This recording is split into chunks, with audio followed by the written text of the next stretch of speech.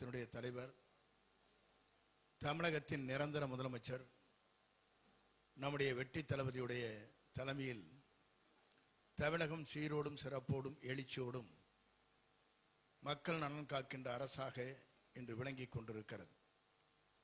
குறிப்பாக தமிழகத்திலே மட்டுமல்ல, இந்தியாவிலே இருக்கிற அத்தனை மாநிலத்திலும் இருக்கின்ற அத்தனை பேரும் இவரே இந்தியாவை ஆளக்கூடாது என்கின்ற அளவிற்கு மக்கள் உள்ளங்களிலே நிறைந்து வாழ்ந்து கொண்டிருக்கிற ஒரு முதலமைச்சராக தமிழக வெற்றி கழகத்துடைய தலைவர் விளங்கி கொண்டிருக்கிறார் என்பதை நான் இந்த நேரத்தை கோடிட்டு காட்ட விரும்புகிறேன்.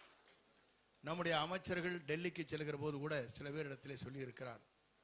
நம்முடைய வீட்டு வசதித்துறை அமைச்சர் அவர்கள் அங்கே சென்ற போது அங்கே இந்தியிலே பேசக்கூடியவர்களாம், ஏன் உங்களுடைய முதலமைச்சரை போல மற்ற முதலமைச்சர் இல்லை, ஏன் இவர் இந்தியாவிற்கு வரக்கூடிய தலைமை பொறுப்பை ஏற்க வேண்டும் என்பதுதான் எங்களுடைய ஆசை என்று குறிப்பிட்டதாக சொன்னார்.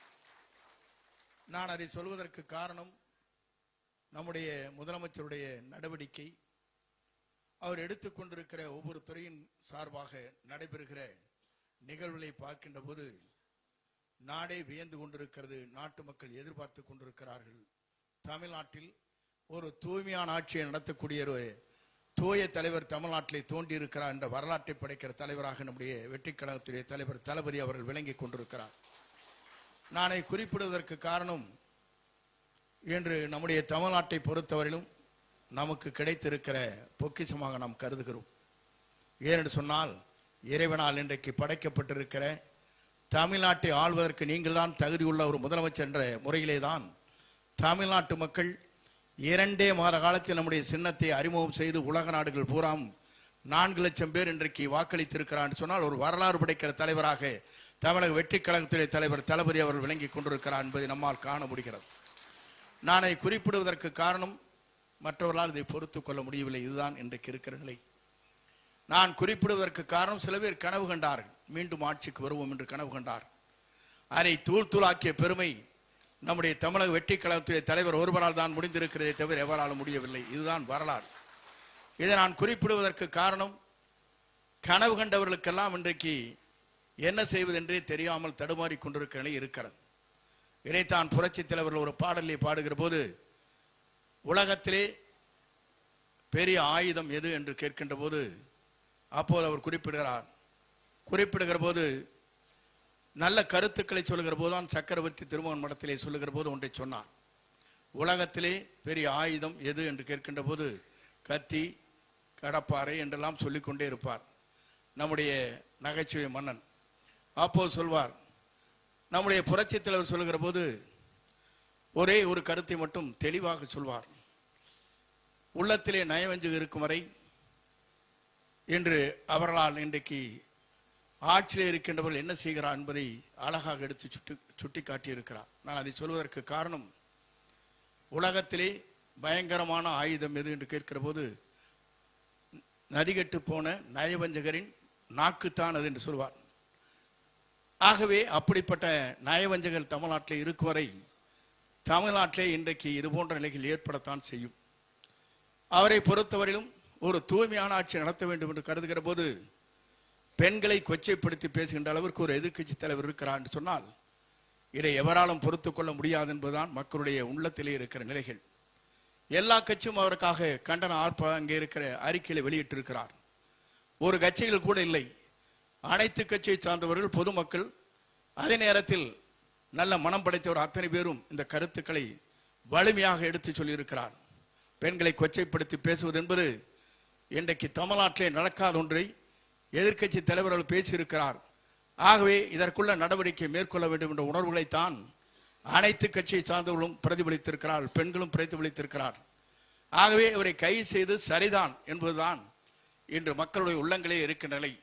ஆனால் திராவிட முன்னேற்ற கழகம் மட்டும் போராடுகிறார்கள், மக்கள் போராடவில்லை. அதே நேரத்தில் இன்றைக்கு தொலைக்காட்சியிலே பார்க்கின்ற போது போராடியவர் போராட்டம் மட்டுமல்ல, அங்கே இருசக்கர வாகனங்களில் வந்தவரை அறைந்தார்கள், கீழே தள்ளினார்கள். இதையெல்லாம் நாம் வேடிக்கை பார்த்து கொண்டிருக்குது இந்த நாடு என்பதை அவர்களுக்கு புரியவில்லை என்பதுதான் நம்முடைய நிலை என்பதை நான் இந்த நேரத்தில் தெரிவித்துக் கொள்கிறேன். என்னுடைய உணர்வுகள் அத்தனையும் எப்படி இருக்கிறது என்று சொன்னால், விரைந்து நம்முடைய இருவரும் சேர்ந்து ஒரு அமைச்சரவை அமைக்க வேண்டும் முதலமைச்சர் என்று கருதினார்கள். அதுவும் இன்றைக்கு இவருடைய நம்முடைய தமிழக வெற்றி கழகத்துடைய தலைவர் தளபதி அவர்கள் அதை தூள் தூளாக்கி ஆட்சி கட்டளை அமர்ந்து விட்டார் என்ற அச்சம்தான் அவர்களுக்கு இருக்கிறதே தவிர அதன் அடிப்படையிலே தான் அவர்கள் துடித்துக் கொண்டிருக்கிறார். திமுகவும் அண்ணா திமுகவும் என்பது வடதுருவம் தென் துருவம் என்று சொல்வார். புரட்சி தலைவர் இருக்கும் வரை, புரட்சி தலைவர் அம்மா இருக்கும் வரை அவர் சொன்னது ஒன்றே ஒன்றுதான், திமுக என்ற தீய சக்தியை அழிக்கும் வரை நான் ஓயப் போவதில்லை என்று குறிப்பிட்டார்கள். அதே தீய சக்தியோடு இன்றைக்கு இணைந்து முதலமைச்சர் பொறுப்பை ஏற்கலாம் என்று துடித்துக் கொண்டிருக்கிற அத்தனை பேருக்கும் இன்றைக்கு முற்றுப்புள்ளி வைத்த ஒரே தலைவர் தமிழக வெற்றி கழகத்துடைய தலைவர் தளபதி ஒருவரால் தான் முடியும் என்பதை நாம் உணர்ந்திருக்கிறோம். ஆகவேதான் நம்முடைய கூட்டணி என்பது வலிமையான கூட்டணியாக இருக்கிறது. இங்கே கூட்டணி கட்சியை சார்ந்தவர்கள் எத்தனையோ ஆண்டுகளுக்கு பிறகு ஒரு மாற்றங்கள் தமிழ்நாட்டில் உருவாகி இருக்கிறது. 1967 பிறகு காங்கிரஸ் இந்த ஆட்சி பீடத்திலே அமர முடியுமா என்ற நிலையை மாற்றி காட்டிய வரலாற்றை உருவாக்கி வரும் நம்முடைய தமிழக வெற்றி கழகத்துடைய தலைவர் நம்முடைய நிரந்தர முதலமைச்சர் அவரால் ஒருவரால் தான் முடியுமே தவிர எவராலும் முடியாது. இதைத்தான் அவர்கள் நினைக்கிறார். இன்றைக்கு அவரெல்லாம் பேசுவதற்கு காரணமே வயிறிருந்து பேசிக் கொண்டிருக்கிறார். அங்கே தூங்க முடியவில்லை, அவர்களால் தூக்கம் அவர்களுக்கு வருவதில்லை. ஆகவே அவர்கள் இது போன்ற வார்த்தைகளை சொல்வது என்பது ஏற்றுக்கொள்ள முடியாத ஒன்று. பெண்களை இழிவுபடுத்துவது என்பது அவருடைய நிலையை நாம் பார்க்கின்ற போது இதை எல்லோரும் செய்து கொண்டிருந்தார் இருந்திருக்கிறார். இதற்கு முன்னாலே பொன்முடி செய்தார். மற்றவர் இங்கே பெண்களை பற்றி பேசுகிற போது, இங்கே சில வார்த்தைகளை சொல்கிற போது அளந்து பேசுவதற்கு அவர்களுக்கு தகுதி இல்லை என்பதுதான் இந்த நாடு இன்றைக்கு பார்த்து கொண்டிருக்கிறது. ஆகவே நம்மை பொறுத்தவரையிலும் இன்றைக்கு நாம் தெளிவான சிந்தனையோடு, தொலைநோக்கு சிந்தனையோடு இந்திய நாட்டின் வரலாற்றில் தமிழகம் ஒரு முன்னோடி மாநிலமாக, இந்தியாவிற்கே வழிகாட்டியாக மாநிலமாக உருவாக்க வேண்டும் என்பதுதான் நம்முடைய தமிழக வெற்றி கழகத்துறை தலைவர் முதல்வருடைய ஆசை என்பதை நான் இந்த நேரத்திலே தெரிவித்துக் கொள்கிறேன்.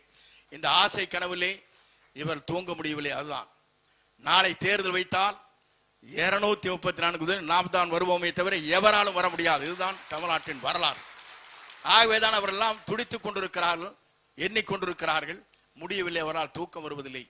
எல்லோரும் நினைத்தார்கள் தன்னுடைய அப்பனுக்கு பிறகு தான் வரலாம் என்று கனவு கண்டார். நான் சொல்லுகிறேன், பேரனுக்கு சொத்தை உரிமை கொண்டலாமே தவிர தமிழ்நாட்டை பொறுத்தவரையிலும் தமிழ்நாட்டு மக்கள் தான் முடிவு செய்வார்களே தவிர எவராலும் முடிவு செய்ய முடியாது என்பதை தமிழ்நாடு வரலாறு இன்றைக்கு படைத்திருக்கிறது என்பதை நான் இந்த நேரத்திலே தெரிவித்துக் கொள்கிறேன். ஆகிய ஆசை உங்களுக்கு இருக்கலாம். சொத்திற்கு பேரனுக்கு அந்த சொத்தின் மீது, தாத்தாவின் சொத்தின் மீது ஆசை இருக்கலாம். ஆனால் மீண்டும் தாத்தாவை போல வரலாம் என்பது தமிழ்நாட்டில் இருக்கிற மக்கள் தான் முடிவு செய்ய வேண்டுமே தவிர என்றைக்கும் நீங்கள் தமிழ்நாட்டிலே கால் வைக்க முடியாது, வெற்றி பெற முடியாது என்ற வரலாற்றை தான் தமிழ்நாடு இன்றைக்கு நினைத்துக் கொண்டிருக்கிறது என்பதை நான் இந்த நேரத்திலே தெரிவித்துக் கொள்கிறேன். நம்முடைய தலைவர் இருக்கும் வரை, அவர் என்றைக்கு இருக்கிறாரோ அதுவரையிலும் தமிழ்நாடு அவருடைய முதலமைச்சர் அறையிலே அமர்வதை யாராலும் தடுக்க முடியாது. இதைத்தான் சொல்லுகிற போது சொன்னார்கள், புரட்சி தலைவர் பொறுப்பேற்கிற போது 100 நாட்கள் ஓடாது என்று சொன்னார்கள். 100 நாட்கள் மட்டுமல்ல, அவருடைய ஆட்சியை பொறுத்தவரையிலும் அவர் உயிருள்ளவரை தமிழ்நாட்டின் நிரந்தர முதலமைச்சர் என்ற வரலாற்றை படைத்தார். அதே போலதான் புரட்சி தலைவர் அம்மா அவரும் உயிரோடு இருக்கும் வரையும் அவர்தான் தமிழ்நாட்டின் முதலமைச்சராக பவனி வந்தார்கள். நம்முடைய தமிழக வெற்றி கழகத்துறை தலைவர் தளபதியை பொறுத்தவரையிலும் அவர் இருக்கும் வரை தமிழ்நாட்டின் நிரந்தர முதலமைச்சர் என்ற வரலாற்றை படைக்கிற தலைவராக இன்று பவனி வந்து கொண்டிருக்கிறார். இதை இவர்களால் பொறுத்துக் கொள்ள முடியவில்லை. அதற்காகத்தான் பல்வேறு விமர்சனங்கள் இன்றைக்கு செய்து கொண்டிருக்கிற இவர்களையெல்லாம் மக்கள் அடையாளம் காட்டிக் கொண்டிருக்கிறார். அது மட்டுமல்ல, பெண்களை இழிவுபடுத்துவது என்பது ஏற்றுக்கொள்ள முடியாத ஒன்று. ஆகவே பெண்களாக இருக்கின்ற அத்தனை பேரும் இன்றைக்கு தமிழ்நாட்டை பொறுத்தவரையிலும் 100க்கு 90% வாக்களித்து விட்டார் என்ற வைத்தறிச்சல் அவர்களுக்கு இருக்கிறது. அதுதான் இங்கே இருக்கிற நிலைகள். இளைஞர்களும் பெண்களும் இன்றைக்கு நம்முடைய தமிழ்நாட்டுடைய முதலமைச்சரை பொறுத்தவரையிலும் இவர்தான் தமிழ்நாட்டுக்கு தகுதியான முதலமைச்சர் என்ற முறையிலே தேர்வு செய்யப்பட்டிருக்கிறார் என்பதை நாடே அறிந்து கொண்டிருக்கிறது. மேலே நாடுகளில் வருகிறது அத்தனை பேரும் வாக்களித்திருக்கிறார் சொன்னால் ஒரு தலைவருக்கு இப்படிப்பட்ட வாக்களிக்கிற வரலாறே தமிழ்நாட்டிலும் கண்டது கிடையாது. அதைத்தான் இங்கே பார்க்கின்ற போது நாம் அத்தனை பேரும் எண்ணி பார்க்கிறோம். இந்திய நாட்டின் வரலாற்றில், தமிழகத்தின் வரலாற்றில் ஒரு மிராக்கல் என்று சொல்வார்களே, அதை போல தமிழ்நாடு உருவாகி இருக்கிறது என்பதை இவர்களால் பொறுத்துக் கொள்ள முடியவில்லை. இவர்களுக்கெல்லாம் ஒரு முற்றுப்புள்ளி வைக்கிற காலம் மிக விரைவிலே இருக்கிறது என்பதை தமிழ்நாட்டு மக்கள் உணர்த்து காட்டுவார் என்பதை மட்டும் நான் நேரத்தை தெரிவித்து, கைது செய்து சரியானதான். கைது செய்யப்பட்டிருப்பது பெண்களை இழிவுபடுத்துவதற்காகத்தான். ஆகிய மக்கள் அத்தனை பேரும் கூர்ந்து கவனித்துக் கொண்டிருக்கிறார்கள். இது போன்ற தவறுகளை எவரும் செய்துவிடக் கூடாது என்பதுதான் மக்கள் உள்ளங்களிலே நிறைந்திருக்கிறது என்பதை நான் இந்த நேரத்திலே கோடிட்டு காட்டி, இங்கே வருகின்றிருக்கிற சட்டமன்ற அமைச்சர் பெருமக்கள், சட்டமன்ற உறுப்பினர்கள், இங்கே வருகின்றிருக்கிற அத்தனை பேரும் ஆற்றல் மிக்க சக்திகளாக நீங்கள் விளங்கிக் கொண்டிருக்கிறீர்கள். சட்டமன்றத்தை பற்றி இங்கே குறிப்பிடுகிற போது நீங்கள் உங்களுக்கு கவலைப்பட தேவையில்லை. எல்லோரும் அறிவாற்றல் மிக்கவர்கள், புரிந்து கொள்வீர்கள். விரைந்து அந்த பணிகளை மேற்கொள்ளக்கூடிய சக்தி வாய்ந்த இளைஞர்களாக இருக்கிறீர்கள். ஆகவே வெற்றி என்பதை நாம் சட்டமன்றத்தில் மட்டுமல்ல நிரூபித்து காட்டுவோம் என்பதை நான் இந்த நேரத்திலே தெரிவித்து, எந்த கேள்விகளாக இருந்தாலும் தங்கு தடையில்லாமல் பதில் சொல்லக்கூடிய அமைச்சர் பெருமக்கள் இங்கே இருக்கிறீர்கள் என்பதை என்னால் காண முடிகிறது. ஆகவே இளைஞர்களாக இருக்கிற நீங்கள் அந்த பணிகளை சீரோடும் சிறப்போடும் எழுச்சியோடும் நடத்தி காட்டுவோம் என்பதை மட்டும் சொல்லி, இது போன்ற நிலைகளை மக்கள் மனதிலே எடுத்துச் செல்கின்ற வகையில் இன்றைக்கு காலையில் ஆர்ப்பாட்டம் நடைபெற்றிருக்கிறது.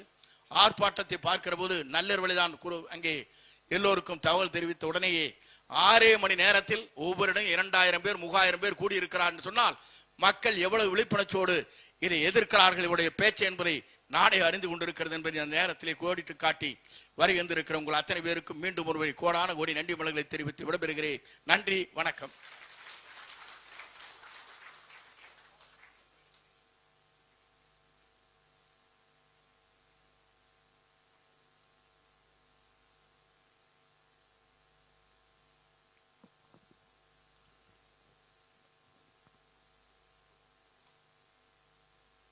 தமிழக வெற்றிக் கழக தலைமையிலான கூட்டணியில் இடம்பெற்றிருக்கக்கூடிய சட்டமன்ற உறுப்பினர்களுடைய இந்த கலந்தாய்வு கூட்டத்தினை ஒருங்கிணைத்து நடத்தி கொண்டிருக்கக்கூடிய தமிழக வெற்றிக் கழகத்தினுடைய தலைமை கழக நிர்வாகிகளே, வருகை இருக்கக்கூடிய அமைச்சர் பெருமக்களே, சட்டமன்ற உறுப்பினர்களே, உங்கள் அனைவருக்கும் என்னுடைய நெஞ்சார்ந்த வணக்கத்தையும் நல்வாழ்த்துக்களையும் தெரிவித்துக் கொள்கிறேன்.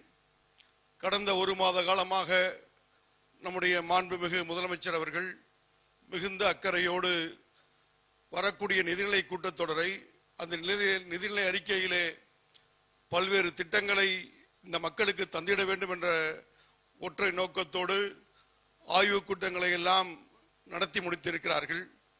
நாளைய தினம் இதுவரை தமிழகம் கண்டிராத சிறப்பான ஒரு நிதிநிலை வெளியிடப்பட இருக்கிறது.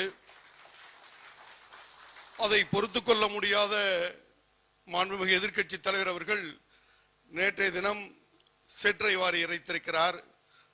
அநாகரிகத்தினுடைய உச்சமாக மிக இழிவான ஒரு வார்த்தைகளோடு அந்த போராட்டத்தை அவர்கள் நடத்தி முடித்திருக்கிறார்கள். அதை ஜனநாயகத்தை விரும்பக்கூடிய, பெண்களை மதிக்கக்கூடிய, அவர்களை கண்ணியமாக நடத்தக்கூடிய அத்தனை அரசியல் கட்சியை சார்ந்திருக்கக்கூடியவர்களும் தலைவர்களும் வன்மையான கண்டனங்களை அவர்கள் தெரிவித்திருக்கிறார்கள்.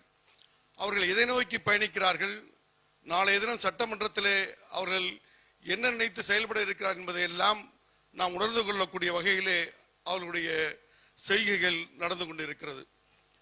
அவர்கள் என்று தேர்தலிலே தோல்வியை கண்டார்களோ அதிலிருந்து மிகுந்த பதட்டத்தோடு இனி திராவிட முன்னேற்ற கழகத்தினுடைய எதிர்காலம் கேள்விக்குறியாகிவிடுமோ என்ற பதட்டத்தோடு அவர்களுடைய ஒவ்வொரு தலைவர்களும் மிக கீழான நிலையில பேசி வருவதை நாம் கண்கூடாக கண்டு கொண்டிருக்கிறோம். அதற்கு காரணம் இல்லாமல் இல்லை. 17வது சட்டமன்றம் நடந்து கொண்டிருக்கிறது. 16 முறை தேர்தல் நடந்து முடிந்திருக்கிறது. முதல் பொது தேர்தலிலே திராவிட முன்னேற்ற கழகம் போட்டியிடவில்லை. 1957 இருந்து போட்டியிட்டாலும் இதுவரை போட்டியிட்ட தேர்தலிலே மிகப்பெரிய தோல்வியை தழுவிய தேர்தல் இந்த தேர்தல் தான். ஏன் அதை குறிப்பிட்டு சொல்றோம்னா, கடந்த முறை 26 கட்சியோட கூட்டணி, ஆட்சி பலம், அதிகார பலம், பணபலத்தோட அவங்க பெற்ற வாக்குகள் 31% தான். இந்த கூட்டணி கட்சிகள் இந்த பலத்தெல்லாம் கழிச்சா 20% கூட அந்த கூட்டணி வாங்கல. இதை வச்சுட்டு அடுத்த கட்டம் எப்படி போறதுங்கிற பதட்டத்துல தான் அவங்க இவ்வளவு பெரிய தவறுகளை செஞ்சுக்கிட்டே இருக்காங்க. அந்த பதட்டம் தான் அதுக்கான காரணம். அதை நான் ஒரு கூட்டத்தில் கூட சொல்லும் போது சொன்னேன், இது போன்ற அநாகரிகமான பேச்சுக்கள் மூலம், பெரிய பெரிய தலைவர்கள் எல்லாம் இழிவுபடுத்துவதன் மூலம், பெண்களை இழிவுபடுத்துவதன் மூலம் அந்த இயக்கம் மிகப்பெரிய பின்னடைவை தொடர்ச்சியாக சந்திக்கும் என்பதிலே மாற்று கருத்து இல்லை. அது நேற்று நடந்த போராட்டம் என்ன? காவிரி பிரச்சனை போராட்டம். எதை பத்தி நீங்க பேசுறீங்க? காவிரி போராட்டம் இன்னைக்கு நேற்று ஆரம்பிச்சதா? 12ஆம் நூற்றாண்டுல 2ஆம் ராஜராஜன் காலத்தில் ஆரம்பிச்சு அங்க இருக்கக்கூடிய கர்நாடகத்தில் ஆண்டக்கூடிய 1ஆம் நரசிம்மன் காலத்தில் 12ஆம் நூற்றாண்டு ஆரம்பிச்ச ஒரு பிரச்சனை. அது திராவிட முன்னேற்ற கழகமே ஆட்சியில் 6 முறை நடந்திருக்குது. இந்த 80 வருட காலமா இந்த சுதந்திர இந்தியாவில் தீர்க்க முடியாத பிரச்சனையை 30-40 நாள்ல ஒரு ஆட்சி தீர்க்கணும் எதிர்பார்த்து அது ஒரு போராட்டம் நடத்துறீங்கன்னா உங்களுடைய சிந்தனை என்ன? அப்ப இவர்கள் எதை நோக்கி பயணிக்கிறார்கள்? இதெல்லாம் உணர்ந்து கொண்டிருக்கக்கூடிய நாம், சட்டமன்றத்திலே நமக்கு மிகப்பெரிய பொறுப்பு இருக்கிறது. அமைச்சர் பெருமக்களாகிய நாம், சட்டமன்ற உறுப்பினராக நாம், நம்முடைய மாண்புமிகு முதலமைச்சர் எதை இந்த மக்களுக்கு செய்ய வேண்டும் என்று நினைக்கிறார்களோ அதை செய்து முடிப்பவர்களாக நாம் எல்லாம் நிச்சயம் செயலாற்றுவோம் என்று கூறி வாய்ப்புக்கு நன்றி கூறி விடைபெறுகிறேன். நன்றி, வணக்கம், வாழ்த்துக்கள்.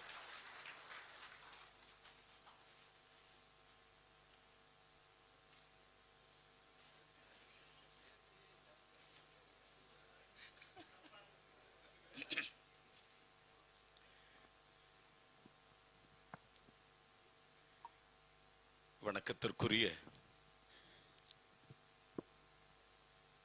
மாண்புமிகு அமைச்சர் பெருமக்கள்,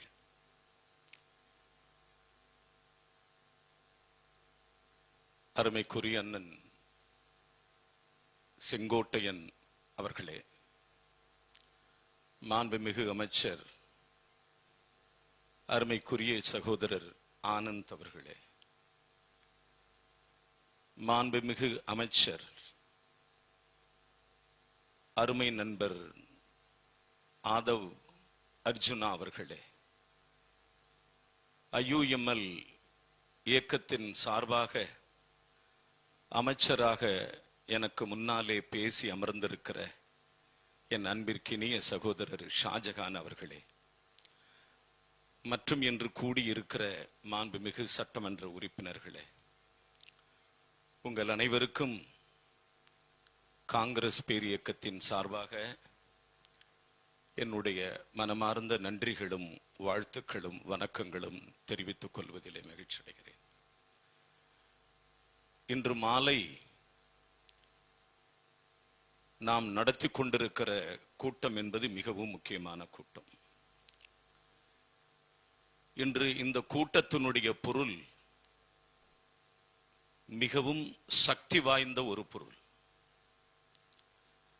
மாண்புமிகு தமிழக முதலமைச்சர் அவர்களுடைய கடினமான உழைப்பு, கடினமான தியாகத்தின் பலனால் இளைஞர்களின் ஆட்சி தமிழகத்திலே ஏற்பட்டிருக்கிறது. இந்திய வரலாற்றில், உலக ஜனநாயகத்தில் இப்படி ஒரு அரசியல் கட்சி தமிழகத்தில் உருவாகி இருக்கிறது என்பது உலகத்திலே இருக்கிற அனைத்து பத்திரிகைகள், உலகத்திலே இருக்கிற அனைத்து ஊடகங்கள் அனைத்திலும் முதன்மை இடத்தை பிடித்த ஒரே தலைவர் தான் தளபதி விஜய் அவர்கள்.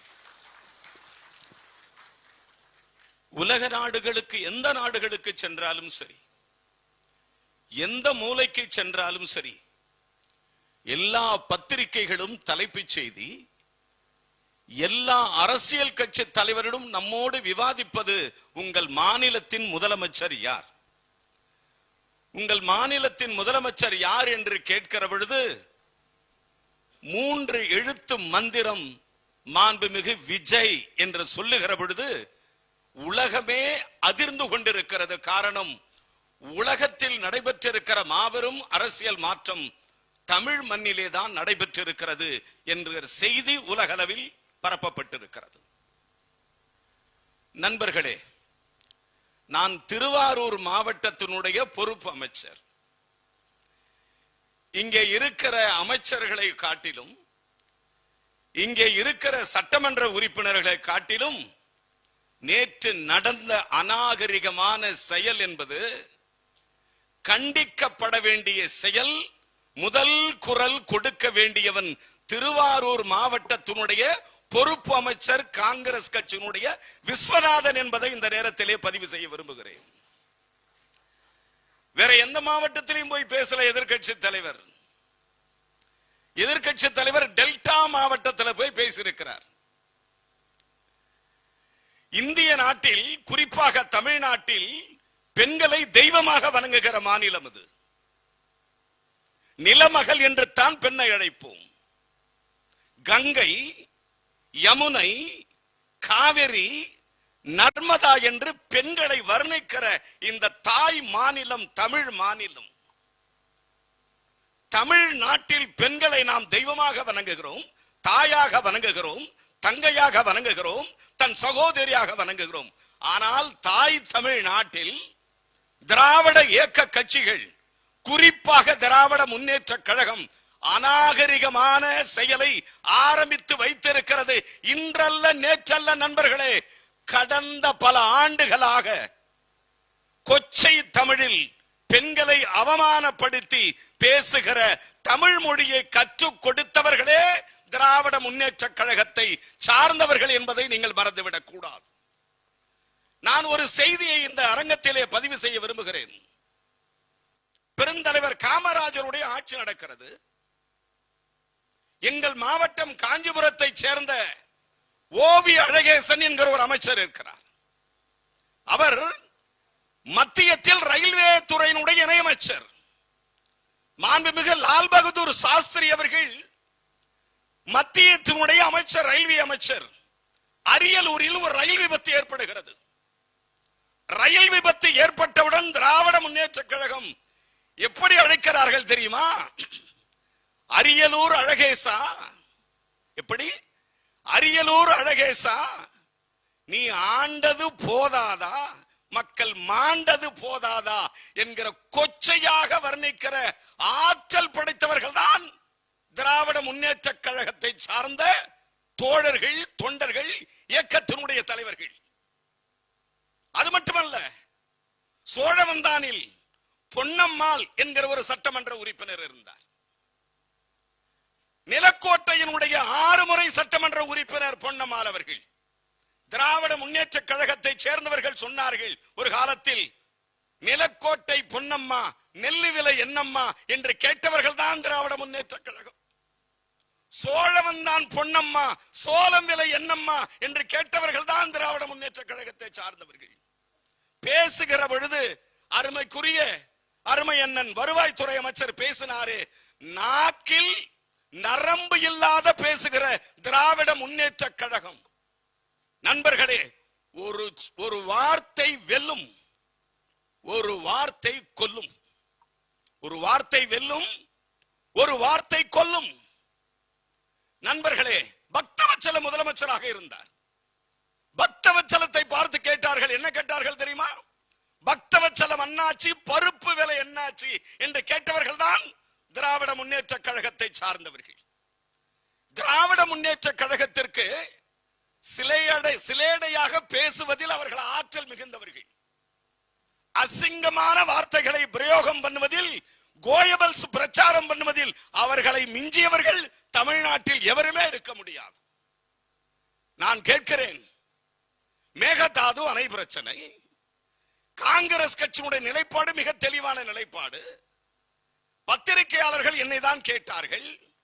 நான் தான் பத்திரிகையாளர்களுக்கு சொன்னேன், டி.கே. சிவக்குமார் கர்நாடகத்தினுடைய முதலமைச்சராக இருக்கிற அருமைக்குரிய நண்பர் டி.கே. சிவக்குமார் இருக்கிறார்.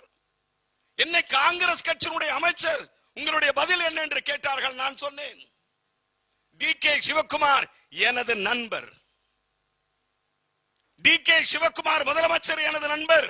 காங்கிரஸ் கட்சி ஆட்சியை செய்து கொண்டிருக்கிறது.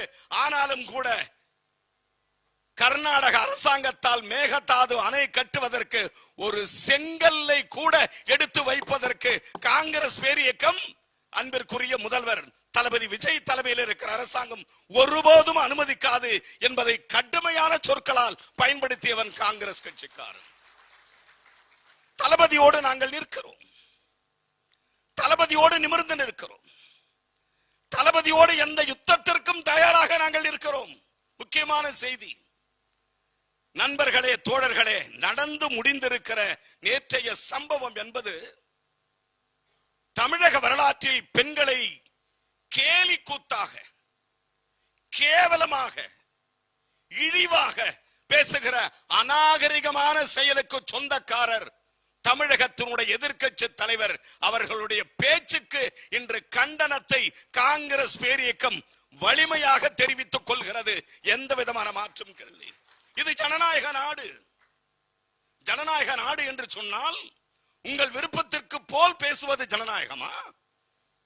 உங்கள் விருப்பம் போல் பேசுவதுதான் ஜனநாயகமா? ஜனநாயகத்திற்கு ஒரு எல்லை உண்டு.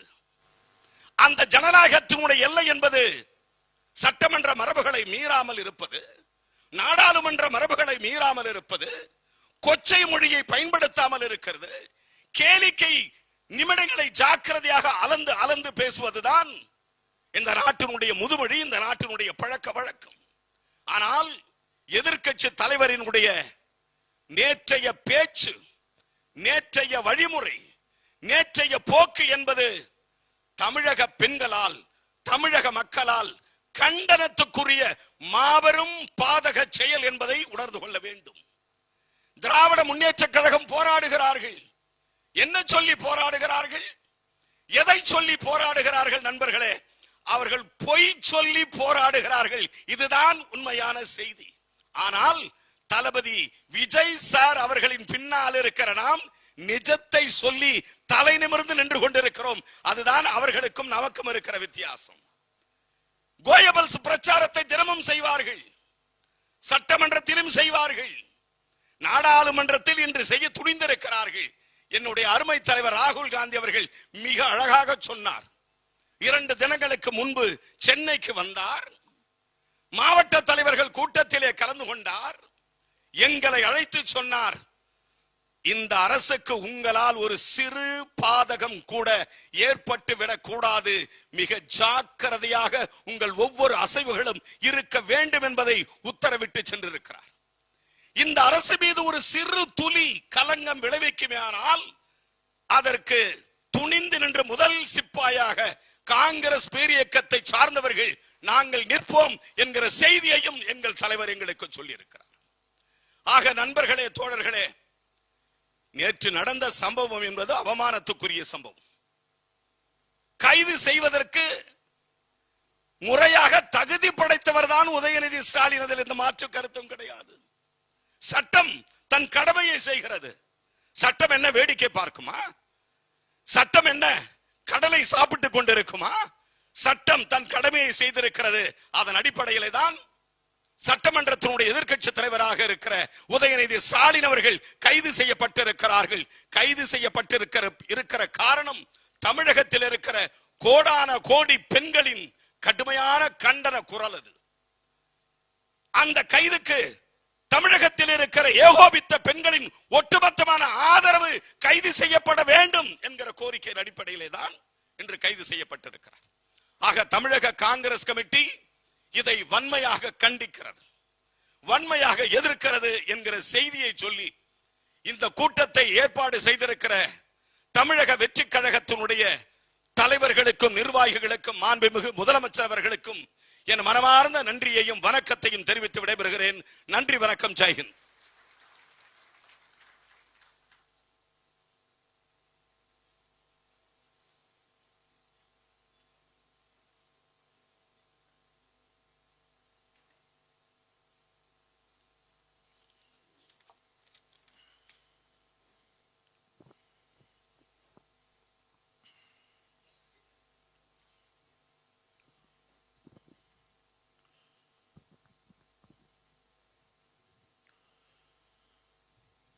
தெய்வத்தால் ஆகாதெனினும் முயற்சிதன் மெய்வருத்த கூலி தரும்.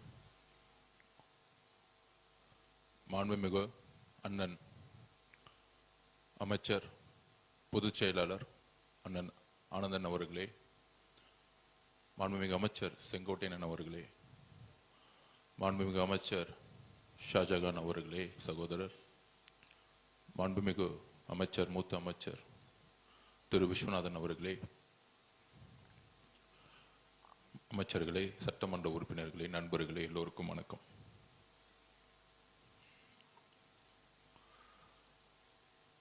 நாளைக்கு சட்டசபை பட்ஜெட் கூட்டத்தொடர். சட்டசபைக்குள்ள போனா மரபுன்னு சொல்லுவாங்க. அந்த மரபை இன்னைக்கு வரைக்கும் உண்மையா கடைபிடிச்சிட்டு இருக்கக்கூடிய இயக்கம் தமிழக வெற்றி கழகம். நமக்கு அனுபவம் இல்லைன்னு சொன்னாங்க, சட்டசபை எதிர்கொள்ள முடியுமான்னு சொன்னாங்க. ஆனால் ஒரு 4 நாள் நடந்துச்சு. முதல்ல அந்த 4 நாள்ல ஒவ்வொரு நாளும் குறைந்தபட்சம் ஒரு 10லிருந்து 15 முறை அவை மீறிய செயலை செய்தது திமுக.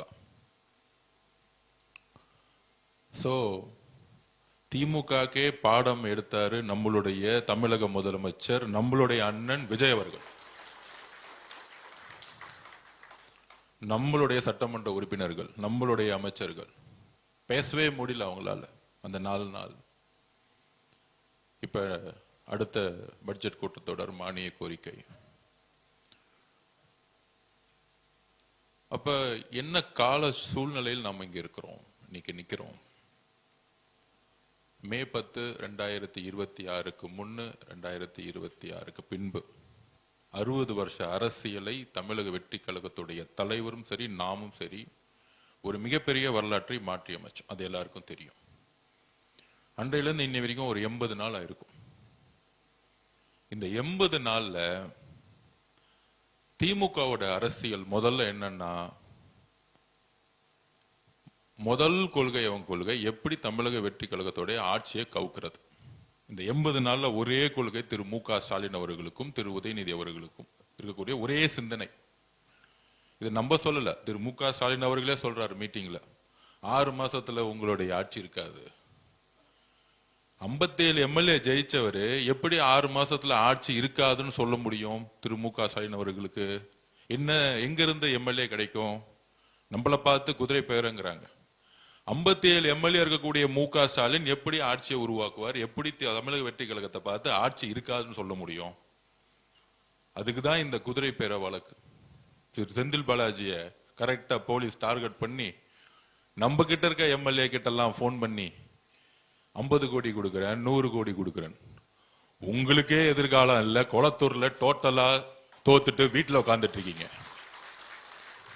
60 வருஷம் 75 வருஷ கட்சி, 30 வருஷம் ஆளுங்கட்சி, முதலமைச்சரா உங்களுடைய தந்தை திரு மு.க. ஸ்டாலின் அவர்கள், திராவிட முன்னேற்ற கழகத்தோட தலைவர், கொளத்தூர்ல மக்கள் தூக்கி எறிஞ்சிட்டாங்கன்னா இது வரைக்கும் ஏன் தூக்கி எறிஞ்சிட்டாங்கிற ஒரு மெசேஜை கூட அவங்க இன்னும் புரிஞ்சிக்கல. ஒரே ஒரு முறைதான் கொளத்தூருக்கு தலைவர் போனார். அதுல 5 நிமிஷம் கூட பேசல. சேப்பாக்கம் மிஸ் ஆயிருச்சு அன்னைக்கு, அவ்வளவுதான்.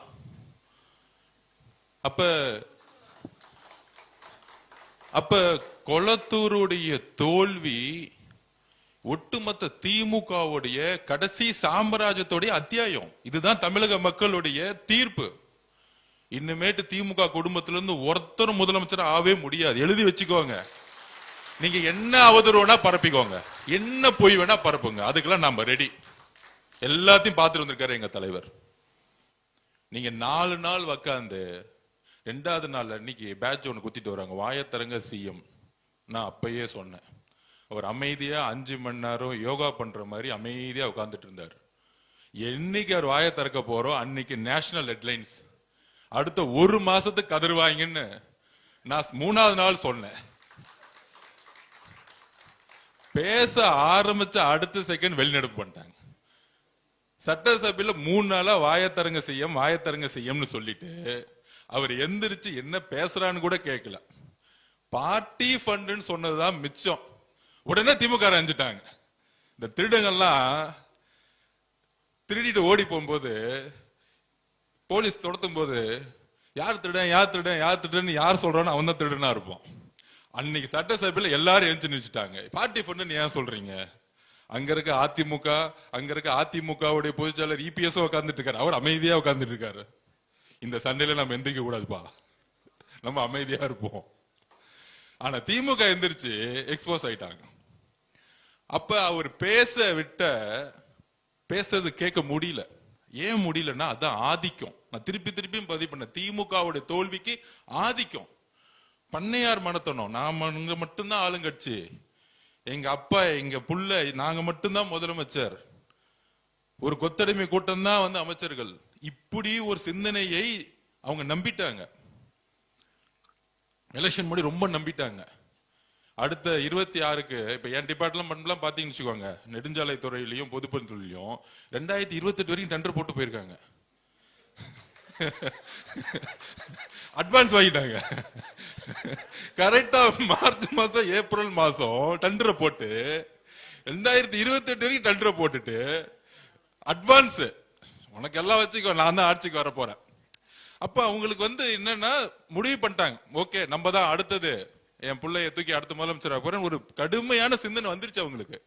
ஆனா ரிசல்ட் அன்னைக்கு நெஞ்ச மட்டும் தான் பிடிச்சிக்கல, அப்படியே ஷாக் ஆயிருச்சு.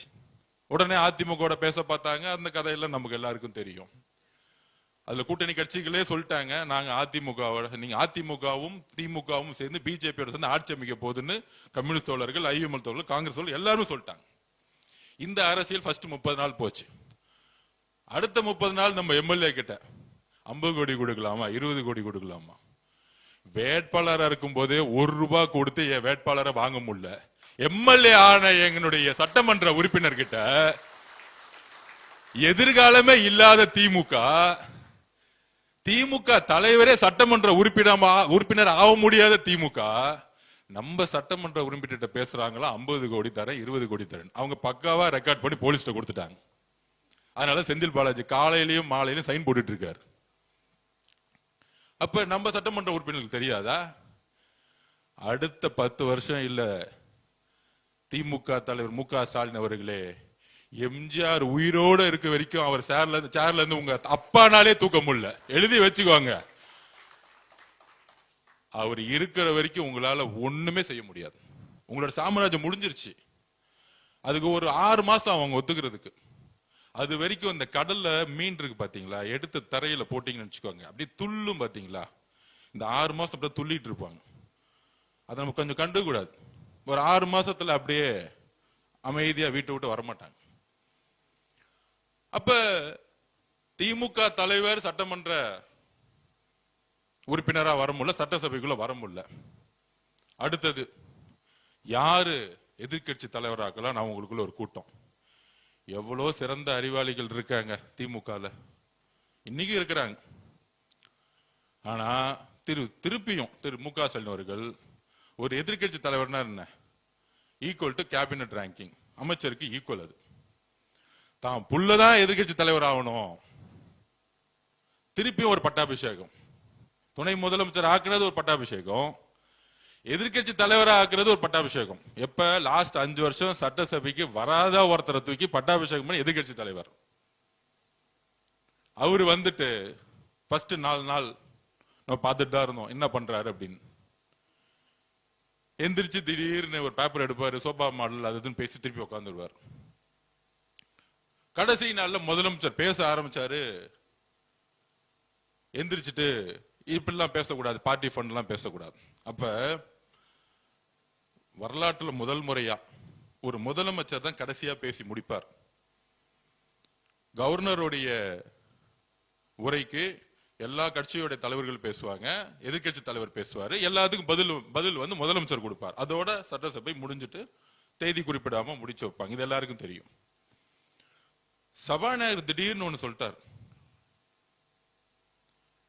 மாண்புமிகு எதிர்கட்சி தலைவர்களே, முதலமைச்சர் பேசி முடிக்கட்டும், உங்களுக்கு பேசுறதுக்கு வாய்ப்பு தரேன். இது சுதந்திர வரலாற்றில் தமிழ்நாட்டில் இதுவரைக்கும் எந்த சபாநாயகரும் சொன்னதே கிடையாது.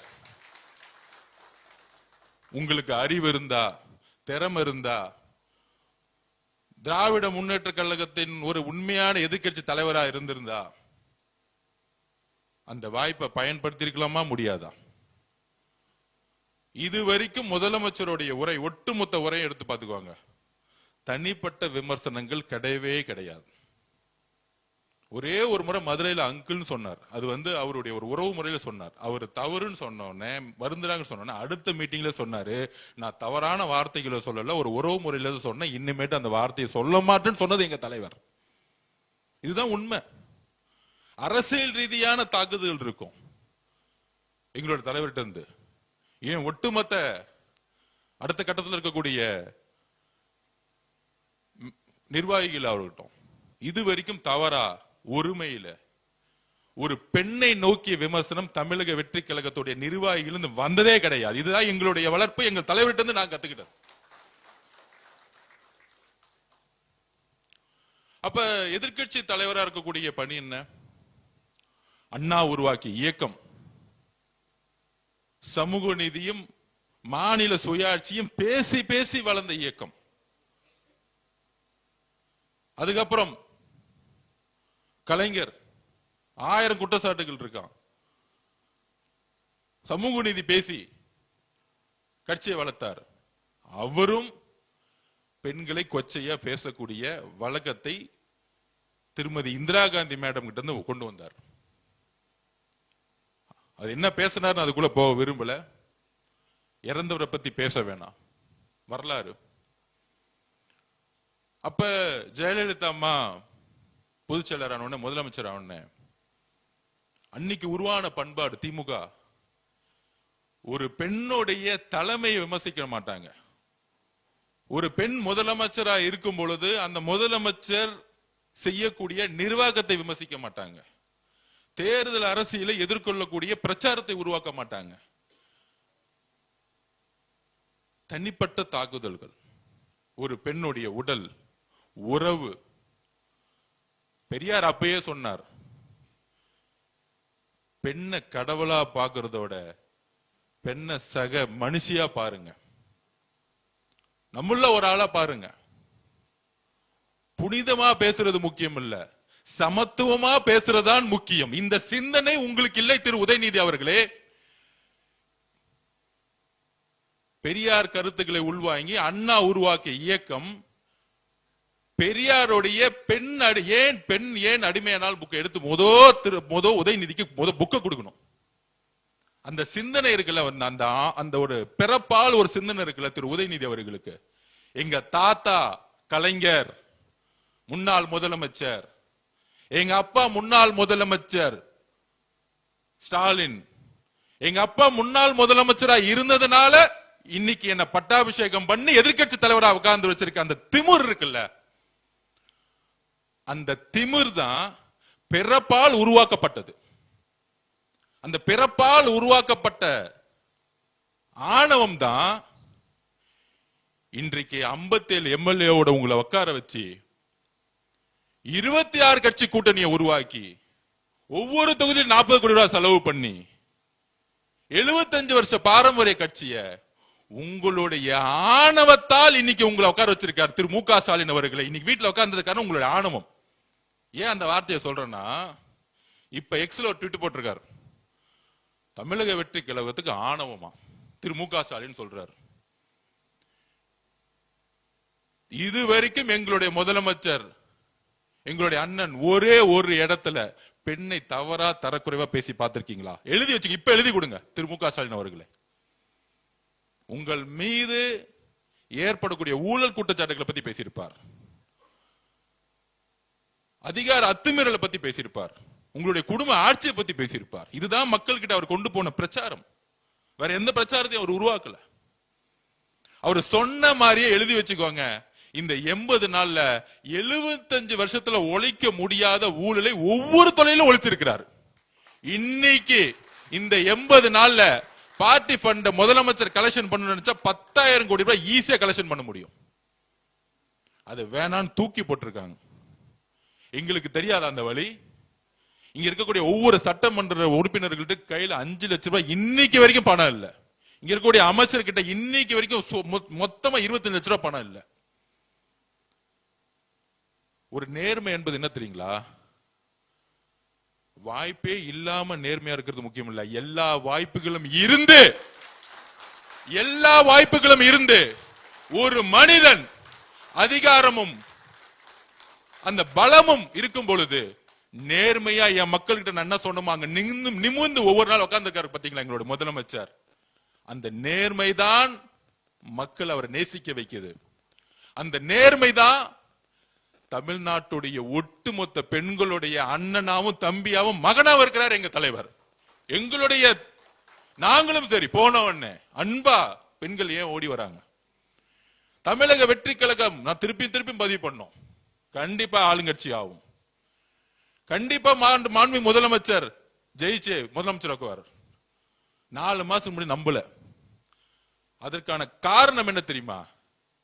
எல்லாரும் இளைஞர்கள் சொல்லிட்டு இருந்தாங்க. ஏன்னா நம்ம போகும்போது எல்லாரும் இளைஞர்கள் நம்மள வேலை பார்க்கறதுக்காக எல்லாம் ஓடி வருவாங்க. ஆனா அவங்க கண்ணுக்கு தெரியாத ஒன்னே ஒண்ணு என்ன தெரியுமா? வீட்டுல இருந்தாங்க பாருங்க, அமைதி புரட்சி பண்ணாங்களே பெண்கள், ஒட்டுமொத்த பெண்களும். இந்த வெற்றியை உருவாக்கியது பெண்கள். திருப்பி பதிவு பண்றோம். நாங்க எங்க ஏன் யாருக்கிட்ட உண்மையா இருக்கணும்?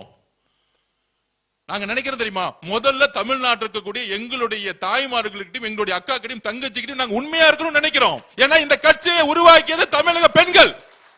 எங்க அண்ணனை முதலமைச்சர் ஆக்கியது தமிழக பெண்கள், அதோட சேர்ந்த இளைஞர்கள். அப்ப ஏன் எங்களுக்கு அந்த உணர்வு வருது? அதுல இன்னைக்கு சொல்றாரு, தமிழக திமுகவுடைய பேட்டி கொடுக்கிறார் RS பாரதி, சொல்றாரு மூத்த தலைவர், அது என்ன, நாங்க எம்ஜிஆர் காலத்திலும் இப்படிதான் பேசிக்கிட்டு இருந்தோம், கலைஞர் காலத்திலும் அப்படிதான் பேசிட்டு இருந்தோம், ஏன் அம்மா ஜெயலலிதா காலத்திலும் அப்படிதான் பேசிட்டு இருந்தோம், ஐயா எடப்பாடி காலத்தில் அப்படித்தான் பேசிட்டு இருந்தோம்.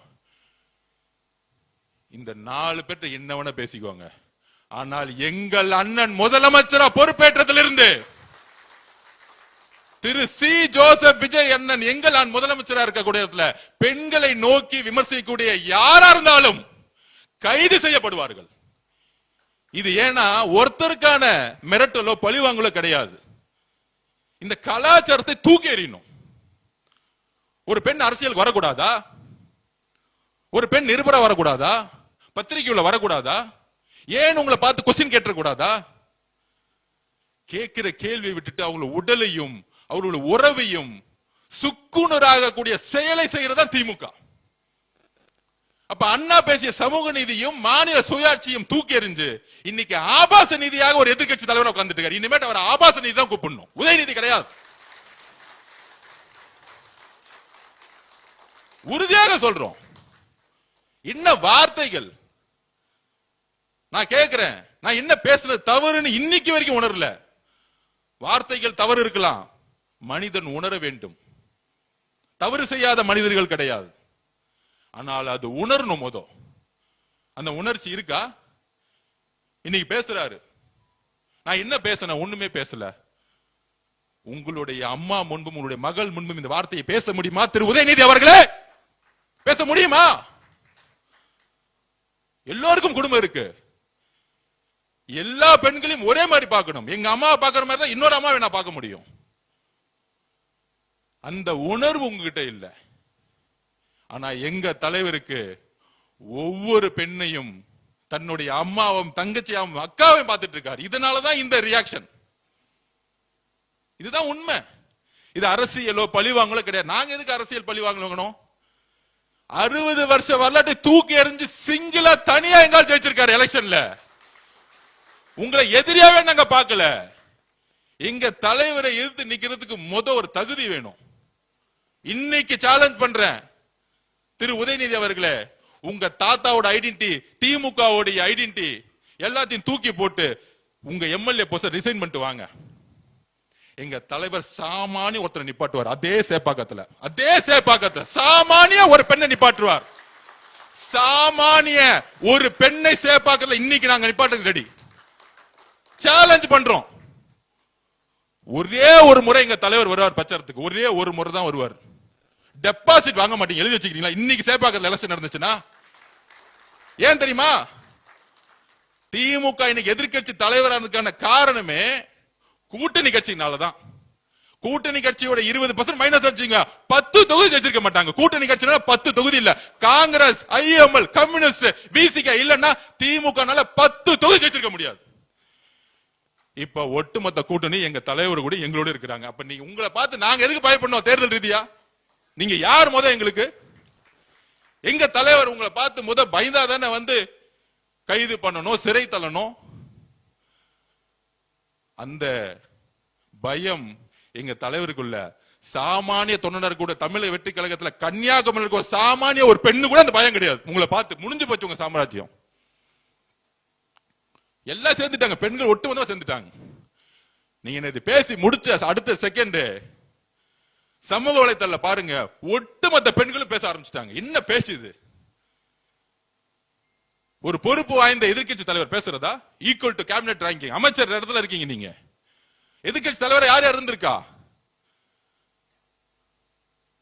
கலைஞர் இருந்திருக்காரு இந்த இடத்துல.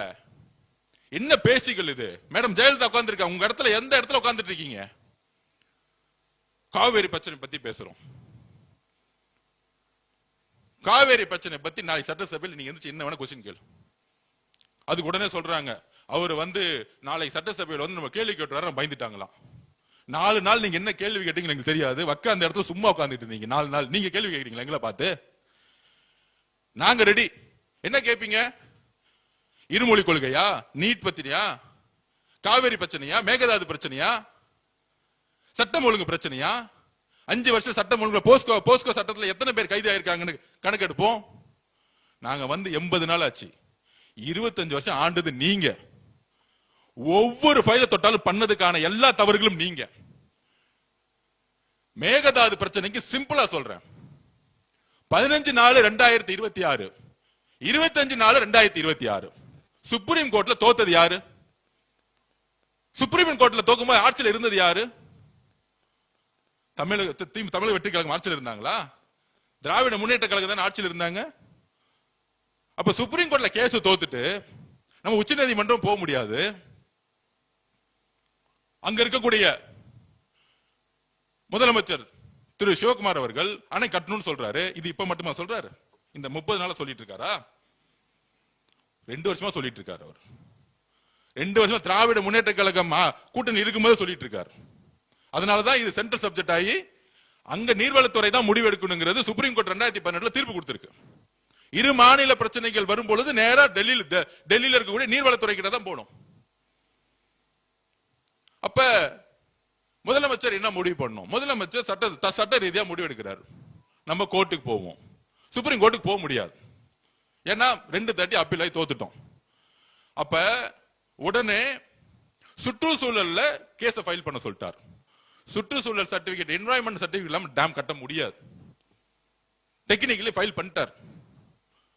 இதை நம்ம சொல்றோம் சட்டசபையில. அதுக்கப்புறம் ட்ரிபியூனல் போவோம்.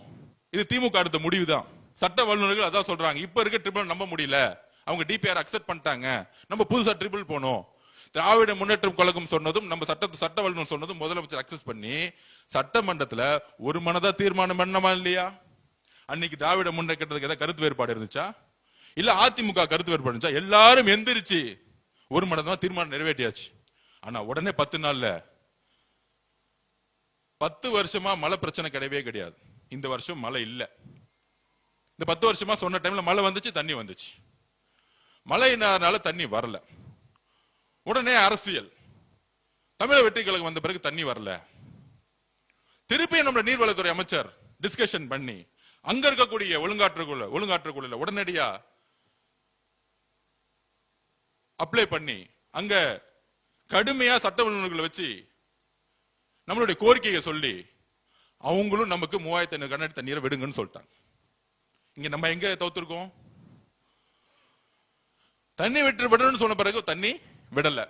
இது எப்பயுமே கர்நாடகா பண்ணும். உடனடியா உச்ச நீதிமன்றத்துக்கு போறதுக்கான ஆலோசனையை கொடுக்க சொல்லிட்டார் முதலமைச்சர். அந்த டிஸ்கஷன் போய்கிட்டே இருக்கு. திருப்பி மழை அங்க வந்துருச்சு. அதனால 16,000 கனஅடி 20,000 கனஅடி தண்ணி விட்டு ஆரம்பிச்சுட்டாங்க. அப்ப இந்த காவேரி பிரச்சனைக்கு நம்ம எங்க தவறு செஞ்சிருக்கோம்? அப்ப என்ன மாதிரி சூழ்ச்சி அரசியலை இந்த தமிழகம் மட்டும் உருவாக்குறாங்க, பொய்யான அரசியலை உருவாக்குறாங்க. அதுக்கு 16,000 கனஅடி தண்ணி வர ஆரம்பிச்சிருச்சு. அதுக்கு தஞ்சாவூர்ல போய் பேசுறாராம். தண்ணி அங்க விட ஆரம்பிச்சுட்டாங்க, பேசுறாராம். நம்ம வந்து ஏதோ மேகதாது விஷயத்துல நம்ம வந்து சரியா பேசலாமா? முதலமைச்சர் கர்நாடகா போறாரு. அவருடைய நோக்கம் என்ன? ஒரே நோக்கம் தான். அவருடைய நோக்கம் இந்த ஸ்டேட்மெண்ட் விடுறது, ட்விட் போறது, பேருக்கு சும்மா ஒரு ஆர்ப்பாட்டம் நடத்தல எங்களுடைய தலைவருக்கு விருப்பமே கிடையாது. செயல். எங்களுடைய தலைவர்னா செயல்படணும்னு சொல்லுவார். அப்ப அவருடைய என்ன இருந்துச்சுன்னா, நம்ம போய் தண்ணி கேட்டாலும் கொடுக்க மாட்டாங்க, பரவாயில்ல. ஆனால் இந்த காவேரி பிரச்சனையை வச்சு இரு மாநில மக்களுக்கான உறவை நாளைக்கு அரசியல் ரீதியா தூண்ட விட்டு சமூக பதட்டம் உருவாயிடக்கூடாதுன்னு எங்க முதலமைச்சர் நினைச்சார். இதுதான் ரீசன், வேற ஒண்ணும் கிடையாது. இதுதான் ரீசன். அங்க கூடிய சில அமைப்புகள் 2028 தேர்தல் வருது. அப்ப இதை ஒரு பிரச்சனையாக்கி தமிழர்களுக்கும் அங்க இருக்கக்கூடிய தமிழக மக்களும் கர்நாடக மக்களும் எப்பொழுதும் இன்றைக்கும் அண்ணன் தம்பியா நம்ம இருக்கிறோம், உறவுல இருக்கும், அக்கா தங்கச்சியா இருக்கிறோம். அப்ப அந்த சிந்தனை வரக்கூடாது. அவர் எல்லோருக்குமான தலைவர். இங்க எப்படி கன்னியாகுமரியிலும் கிருஷ்ணகிரியிலும் அவர் போகும்போது 5 லட்சம் மக்கள் வருவாங்களோ, அவர் கர்நாடகால இறங்கி பெங்களூர் போகும்போது 10 லட்சம் மக்கள் நிப்பாங்க அவரை பாக்குறதுக்கு. இதுதான் எங்களுடைய தலைவர். அவர் கர்நாடக மக்களுக்கு சேர்ந்துதான் யோசிக்கிறாரு, அந்த மக்களுக்கு சேர்ந்துதான் யோசிக்கிறார். அப்ப 2 மாநில உறவை மேம்படுத்தணும். ஒரு பிரச்சனை வரும் பொழுது உறவு சரியா இருக்கணும். ஒரு முதலமைச்சரே அங்க போகும் பொழுது நாளைக்கு சூழ்ச்சி அரசியல் உருவாக்கி ஒரு கலகம் உருவாகாம இருக்கணும்னா, என் மகனே வந்துட்டான்னு கனலா இருக்கக்கூடிய ஒரு தாய் சொல்லுவாங்க, ஏன்பா இந்த பண்றீங்கன்னு சொல்லுவாரா, சொல்ல மாட்டாங்களா? இந்த அரசியலுக்காக தான். இது என்ன பெரிய நம்ம அங்க போக கூடாதுன்னு இருக்கு, நம்ம ஒரு உறவு முறையில போவோமே, இது நம்ம கர்நாடகா, நம்ம மக்கள், ஏன் மக்கள் தானே அவங்களும், கேரளால இருக்க மக்களும் ஏன் மக்கள் தான் நினைக்கிறதா எங்க தலைவர். இதுல என்ன தவறு? நீங்க அரசியலா பாக்குறீங்க, அவரு சகோதரத்தை வளர்க்கறதுக்காக கர்நாடகால போகணும்னு நினைச்சார். இதுதான் உங்களுடைய குறுகிய மனப்பான்மை. இதுதான் பதில். ஏன் எங்க தலைவர் அங்க போய் பார்க்கணும்னு உடனே போக கூடாது. ஆனா இந்த திமுக அப்படி சூழ்ச்சி அரசியல் பாருங்க. காங்கிரஸ் இருக்க அண்ணனுக்கு தெரியும், கூட்டணி இருக்கும்போது அதே திரு சிவகுமார் அவர்கள் 2026 திமுக ஜெயிக்கணும் பிரச்சாரத்துக்கு வந்தார். அவர் இங்க பிரச்சாரத்துக்கு வந்தாரு. அப்ப நீங்க திரு சிவகுமார் அவர்களை மீட் பண்ண கூடாதுன்னு உங்களுக்கு ஏன் தோணல? வந்தாரா இல்லையா பிரச்சாரத்துக்கு? திரு சபரேஷ் உதயநிதிகளும் கூட்டு போய் சிவகுமார் அவர்களை இங்க பிரச்சாரத்துக்கு கூட்டிட்டு வந்தாங்களா இல்லையா? தேர்தலில் திமுக ஜெயிக்கணும்னு இப்ப இருக்கக்கூடிய முதலமைச்சர் திரு சிவகுமார் அவர்கள், இப்ப நான் சொல்றது பழைய வரலாறு கிடையாது, 2 மாசத்துக்கு 3 மாசத்துக்கு முன்னாடி திமுக தேர்தல் பிரச்சாரம் பண்ண வந்தார். இப்ப தெரியுதா மேகதாது அரசும் காவிரி அரசும் எந்த மாதிரி அரசியல் உருவாக்கணும்? இதெல்லாம் ஏன் தெரியுமா உருவாக்குறாங்க? இதுலயும் அரசியல் இருக்கு. கூட்டணி கட்சிகளா இருக்கக்கூடிய நம்மளுடைய உறவுகள் கம்யூனிஸ்ட் கட்சி கிட்ட இவங்களுக்கு ஐடியாலஜி கிடையாது, கொள்கை கிடையாது, இவங்க எல்லாம் பிஜேபி பி டீம் அப்படின்னு ஒரு பொய்யான பிரச்சாரத்தை உருவாக்கி இவங்களுக்குள்ள நமக்குள்ள ஒரு கலகத்தை மூட்டி ஆட்சியை கவுக்குறாங்களாம். அதுக்குதான் நீட்டோட நிலைப்பாடை முதலமைச்சர் தெளிவா சொல்லிட்டார். நாங்கள் நீட்டை எதிர்க்கிறோம். கரெக்டா? நீட் இருக்கவே கூடாது, அதான் எங்க நிலைப்பாடு. கல்வியை மாநில பட்டியல் கொண்டு வரணும், இதுதான் சொல்யூஷன், ஃபைனல் சொல்யூஷன். அது எப்ப நடக்கும் எழுதி வச்சுக்கோங்க. 2029 எங்க தலைவர் முடிவு பண்ணுவார் யார் பிரதம மந்திரி. அன்னைக்கு சட்டம் வரும் பார்லிமெண்ட்ல. முதல் சட்டம் நீட்டை ஒழிக்கப்பட்டது. முதலமைச்சருடைய ஒரே சைலண்டா பண்ணிட்டு போயிட்டே இருப்பார். அவர் எப்பயுமே அதிகமா பேசவே மாட்டார். அது ஒரு உதாரணம் சொல்லிடுவா. சில தலித்துல இருக்கவங்க நிறைய குரல் கொடுப்பாங்க. ஆம்ஸ்டாங் படுகொலை எல்லாரும் போராடினாங்க 3 வருஷம். பெரிய பெரிய அறிவுஜீவிகள் உட்கார்ந்து போராட்டம் பண்ணிட்டு இருப்பாங்க சினிமா துறையில. அண்ணனுக்கு சட்டம் ஒழுங்கு, இங்க இருக்கவங்களே பழைய அமைச்சர்களே அவங்களை கொண்டுட்டாங்க, நீதி விசாரணை வேணும், சிபிஐ விசாரணை வேணும். இது வரைக்கும் ஆம்ஸ்டாங் அண்ணனை பத்தி எந்த போராட்டம் எங்க தலைவர் கலந்துக்கல. ஆனா சைலண்டா வாட்ச் பண்ணிட்டே இருப்பார். முதலமைச்சர் ஆனாரு, வந்தாரு, சுப்ரீம் கோர்ட்ல போயிட்டு சிபிஐ என்கொயரி தான் வேணும்னு சொல்லிட்டு ஃபைலை க்ளோஸ் பண்ணிட்டு போயிட்டார். 3 வருஷம் நாடகம் ஆடிட்டு இருந்தாங்க. ஆம்ஸ்டாங் அண்ணன் படுகொலைக்கு சிபிஐ என்கொயரி வேணும்னு. யாரு இது? யாருக்காக நம்ம அண்ணன் பண்ணார் தெரியுமா? அவங்களுடைய மனைவி இருக்காங்களே, அவங்களுடைய ஒரே கோரிக்கைக்காக. வேற எந்த அரசியலும் கிடையாது, வேற எந்த அரசியலும் கிடையாது. யாரா இருந்தாலும் கைது செய்யுங்க. அது முன்னாள் அமைச்சரா இருக்கட்டும், யாரா இருந்தாலும் கைது செய்யுங்க. நேர்மையான விசாரணை வேணும். ஆம்ஸ்டாங் அண்ணனுடைய மனைவியோடைய கோரிக்கை என்ன? அவங்களுக்கு ஒரு நியாயம் வேணும் கிடைக்கிறாங்க. 3 வருஷமா போராடுறாங்க. கரெக்ட் தானே? செஞ்சிருவோம், முடிஞ்சிச்சு. ஒரே மெசேஜ், அது செஞ்சிருங்க. இதுதான் எங்க தலைவருடைய அரசியல். எழுதி வச்சுக்கோங்க. செயல் செயல் செயல் தான் எங்களுடைய தலைவர். உங்களை மாதிரி உட்கார்ந்துகிட்டு சும்மா அந்த ஆர்ப்பாட்டம், இந்த போராட்டம், மக்கள் முன்னாடி நடிப்பு, மீடியா அரசியல் தெரியாது. உணர்வு உள்ள அரசியல். அப்ப நமக்கு எந்த தலைகணமும் இல்லை, நமக்கு எதிரிகளே இல்லைன்னு சொல்ல வரல. தேர்தல் அரசியலில் எங்க தலைவருக்கு தெரியும் எப்படி வெற்றி பெறணும்னு. எங்களுக்கு அதனால எங்க தலைவருக்கு யாரை பார்த்தாலும் பயம் கிடையாது. அவர் சொல்லுவார், ஒருவேளை நம்ம நேர்மையா இருப்போம், ஒருவேளை ஆட்சியே கவர்ந்தாலும் என்ன அர்ஜுன் 3 மாசம் எலெக்ஷன் வரும், நம்ம 234 தொகுதி ஜெயிக்கிறதுக்கான வேலையை பண்ணுங்க. நம்ம கூட்டணி கட்சிகள்லாம் சொல்லுங்க, எதுக்கு நம்ம பயப்பட வேணும்? நம்ம கூட்டணி கட்சி தலைவர் சொல்லுங்க. ஏன் மனசுல நேர்மை இருக்கும் போது நான் எதுக்கு பயப்படணும்? இதுதான் எங்களுடைய தலைவர். அப்படி இருக்கும் பொழுது கலைஞர் பேரனா இருந்தான்னு ஸ்டாலின் மகனா இருந்தான்னு கொஞ்ச நாளுக்கு முன்னாடி இவங்க பிஜேபியில இருந்து ஒருத்தவங்க வந்து கம்ப்ளைண்ட் பண்ணாங்க. அப்துல்லா, நம்ம பேர் என்னப்பா, அலிஷா, அலிஷா அப்துல்லா மேடம் வந்தாங்க. வந்து கமிஷனர் கம்ப்ளைண்ட் போச்சு. தரக்குறைவா யூடியூப்ல பேசினாங்க. தரக்குறைவா. அது 2 பேர் ரொம்ப சிரிச்சு, அந்த பெண்ணுடைய உடல், அந்த பெண் யார் கூட இருந்தா, அந்த பெண்ணுடைய குழந்தை யாரோட குழந்தை, இதெல்லாம் ஒரு அரசியலா? ஒரு பெண், ஒரு இஸ்லாமிய சமூகத்தில் இருந்த அந்த பெண், எந்த கட்சியாவனா இருக்கட்டும், தைரியமாக அரசியலுக்கு வரக்கூடிய சிந்தனையை நம்ம வரவேற்கணும். அது வரவேற்கணும். சரியா தவறோ, ஒரு பெண் வீட்டை விட்டு வெளியே வரும்போது அரசியலுக்கோ ஒரு அதிகாரத்துக்கோ வரணும்னு ஒரு சிந்தனை வரும்போது நம்ம வரவேற்கணும். தவறுகள் செய்தால் நம்ம அரவணைக்கணும். ஏனால் இதுதான் உண்மையான சமூக நீதி. ஒரு பெண் அதிகாரத்துக்கு வரக்கூடிய ஒரு சமூக நீதி தான் பெரியார் கனவு கண்டார், அண்ணா கனவு கண்டார், புரட்சியாளர் அம்பேத்கர் கனவு கண்டார். அப்போ ஒரே ஆக்ஷன், அவங்க 2 பேரும் அரெஸ்ட் பண்ணிருங்க. திமுக தான், பக்கா திமுக. அதே சட்டம் தான் நீங்க மகுடம் சூட்டிய முக ஸ்டாலின் உங்க மகனா இருந்தாலும் ஒரே சட்டம் தான் எங்களுக்கு. மனுநீதி சோழனுடைய ஆட்சி நடந்துகிட்டு இருக்க, தான் மகனா இருந்தாலும் சட்டம் தன் கடமையை செய்யும் சொல்லக்கூடியவர் தான் எங்களுடைய முதலமைச்சர். தமிழக வெற்றி கழகத்தில் தவறு செய்யும் போது அடுத்த செகண்ட் பொதுச்செயலர் கட்சி விட்டு அரெஸ்ட் பண்ணுன்னு சொல்லிடுவார். இது வரைக்கும் 3 பேர் அரெஸ்ட் பண்ணிருக்காங்க. அந்த மாதிரி தமிழக வெற்றி கழகத்துடைய நிர்வாகிகள் யாரும் நீக்கல. அப்ப இந்த கட்சியை உருவாக்கியது, நாங்கெல்லாம் அமைச்சராக இங்க அமர்ந்திருக்கிறதுக்கு முக்கிய காரணம், ஏன் எங்களுடைய தலைவரை முதலமைச்சர் ஆக்கியதே தமிழ்நாட்டுடைய பெண்கள்.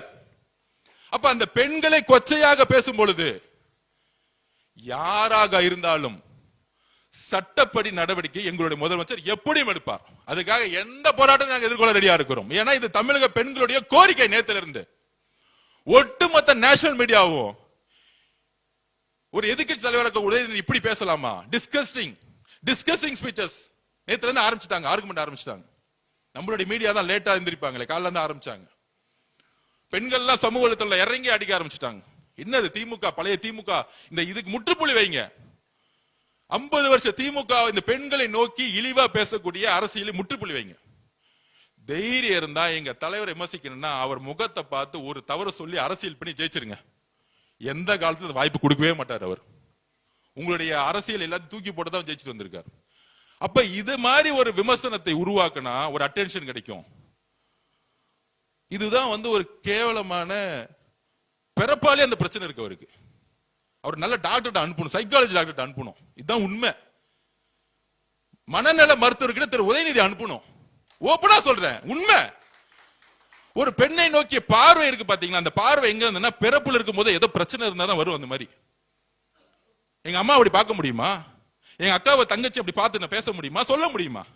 சொல்ல முடியாது, சொல்ல வராது. உங்க குடும்பம் மட்டும் உங்களுக்கு புனிதமும் பெருமைனா எங்க தலைவர் தமிழ்நாட்டில் இருக்க எல்லா பெண்களையும் புனிதமும் பெருமையா பார்ப்பார். அவங்களை நீங்க டச் பண்ணீங்கன்னா ஒரு கொலை கொடுப்பார், யாராக இருந்தாலும். அதான் சொன்னேன் நான். ஆலிஷா மேடத்தை கம்ப்ளைண்ட் வாங்கினவன் ஆக்ஷன் எடுத்தாங்க இல்லையா? யாரா இருந்தானே உடனே விமர்சனம். இந்த பத்திரிக்கை அந்த பத்திரிக்கை அந்த மஞ்சள் பத்திரிகை எல்லாம் முதல் ஒழிச்சு விடணும். எல்லா பத்திரிகை யாரெல்லாம் பெண்ணை நோக்கி விமர்சனம் பண்றாங்களோ தவறு அது.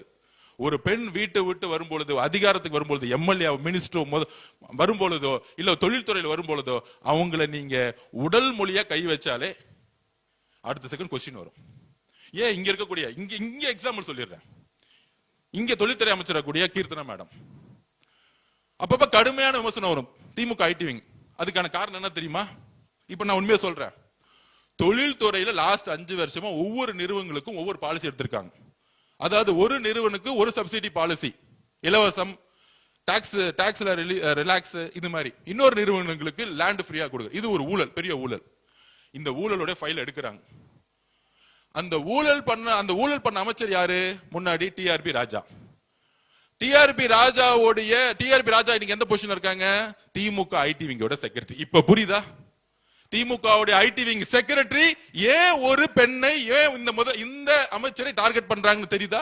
ஏன்னா அந்த ஊழல் வெளியே வந்துடக்கூடாது. வெளியே வந்துச்சுன்னா அவர் மாட்டிக்குவார். அப்ப ஒருத்தரை நெகட்டிவ் பண்ணு, அந்த கேரக்டர் நெகட்டிவ் பண்ணு, அந்த பெண் அமைச்சரை நெகட்டிவ் பண்ணு. அப்ப திமுகவுடைய ஒட்டுமொத்த ஐடி விங்க செயல்படும். சிறு சிறு தவறுகளை தவறு சாரின்னு சொல்லிட்டு போறதா நம்மளோட சட்டமன்ற உறுப்பினர். ஆமாங்க, அந்த தவறு செஞ்சுட்டாங்க, மன்னிச்சுக்கோங்க. உங்களை மாதிரி ஊழல் கொள்ளடிச்சு உங்களை மாதிரி எல்லா அநியாயம் பண்ணக்கூடிய சட்டமன்ற உறுப்பினர் நம்ம கிட்ட கிடையாது. தவறுகள் செய்தா சாரின்னு சொல்லிட்டு போயிட்டு அடுத்த தவறு செய்யாம போயிட்டே இருப்பாங்க. we are learners. நாங்கள் கற்றுக்கொண்டு இருக்கிறோம். ஒரு ஸ்கூலுக்கு போறோம், ஐயோ அந்த இடத்துல பாத்ரூம் சரியில்லை, ஐயோ அந்த ஸ்கூல் சரியில்லை. இது ஒரு வீடியோ எடுத்து நம்ம சமூகத்துல போகணும்னு ஏன் சொன்னோம்னா, இந்த அநியாயம் நடந்துட்டுன்னு காமிக்கிறதுக்கு, அது ரீல்ஸுக்காக கிடையாது. அப்ப அது தவறுன்னு சொல்லும் பொழுது, ஆமா இந்த தவறை நாங்க செய்ய மாட்டோம், புரோட்டோகால் படி ராங் சொல்லும் போது இனிமேல் தவறு செய்ய மாட்டோம். திருந்தி இதுக்கு மேல என்ன ஊழல், என்ன குற்றச்சாட்டு இருக்கு? இந்த இடத்துல இந்த கான்ட்ராக்ட்ல 10 கோடி ரூபாய் வாங்கிட்டாங்க இந்த எம்எல்ஏ, மினிஸ்டர் சொல்ல முடியுமா 80 நாள்ல? அப்ப இதெல்லாம் திசை திருப்பக்கூடிய வேலைகள். அவங்களுடைய மீடியா, அவங்களுடைய டிவி, அவங்களுடைய சோசியல் மீடியா, அவங்களுடைய பணபலம். அதனால நம்ம விளக்கம் சொல்றதை விட்டுட்டு நம்ம 60 நாள் அமைதியா அரசியல் ரீதியா பயணம் பண்ணவே. பட்ஜெட் வருது, மானிக்கு வருது, அதுக்கான டிராப்ட் பண்ணிட்டு இருந்தோம். தலைவர் சொல்லிட்டாரு, வரக்கூடிய பட்ஜெட் ஒவ்வொரு துறையிலையும் அடுத்த 50 வருஷத்துக்கான அடித்தளத்தை உருவாக்கக்கூடிய ஒவ்வொரு டிமாண்டும் உருவாக்குன்னு சொல்லிட்டாரு. சிம்பிளா முடிச்சிட்டாரு. ஒவ்வொரு ரிவ்யூ மெட்டீரியலையும் இந்த ரொம்ப பழைய பாலிசில இருந்துச்சுன்னா முதல் டிஸ்ட்ராய் பண்ணிருங்க, புதுசா உருவாக்குங்க. நீங்க சொல்ல ஃபுல் ஃப்ரீடம். ஒரு முதலமைச்சர் இது வரைக்கும் சட்டமன்ற உறுப்பினர் பார்த்தோம், அமைச்சரை பார்த்தோம், இல்ல நீங்க அந்த கமிஷன் வாங்கிட்டு என் வீட்டை வந்து கொடுங்கன்னு சொன்ன முதலமைச்சர் எங்களுக்கு கிடையாது. சொன்ன வார்த்தை, ஒவ்வொரு துறையும் அடுத்த 50 வருஷத்துக்கான நல்ல வளர்ச்சியை உருவாக்கக்கூடிய ஒரு டிமாண்ட கொடுங்க. உங்களுக்கு ஃபுல் சுதந்திரம் கொடுத்துட்டார். கூட்டணி கட்சிகிட்ட கேட்டு பாருங்க, இது வரைக்கும் இந்த துறையில உங்ககிட்ட ஏதாவது தலையிட்டு பேசியிருப்பாரான? இதுதான் உண்மை. இந்த மாதிரி ஒரு சுதந்திரம் எந்த தலைவரும் கொடுத்ததில்ல. ஏன்னா உண்மையாக சொல்றேன், நான் பார்த்ததே சொல்றேன், நம்ம அண்ணனுக்கு அவர் மேல அளவு பெரிய நம்பிக்கை இருக்கு. அதனாலதான் அவருக்கு இன்செக்யூரிட்டியே கிடையாது. இவங்களுக்கு எல்லாம் பாத்தீங்கன்னு வச்சுக்கோங்க, இந்த திமுக தலைவர்களுக்கு எல்லாம் யார பார்த்தாலும் சந்தேகம், ஒரே நெகட்டிவ். இந்த சிந்தனை தான் அவங்க இந்த தோல்வி காரணம்.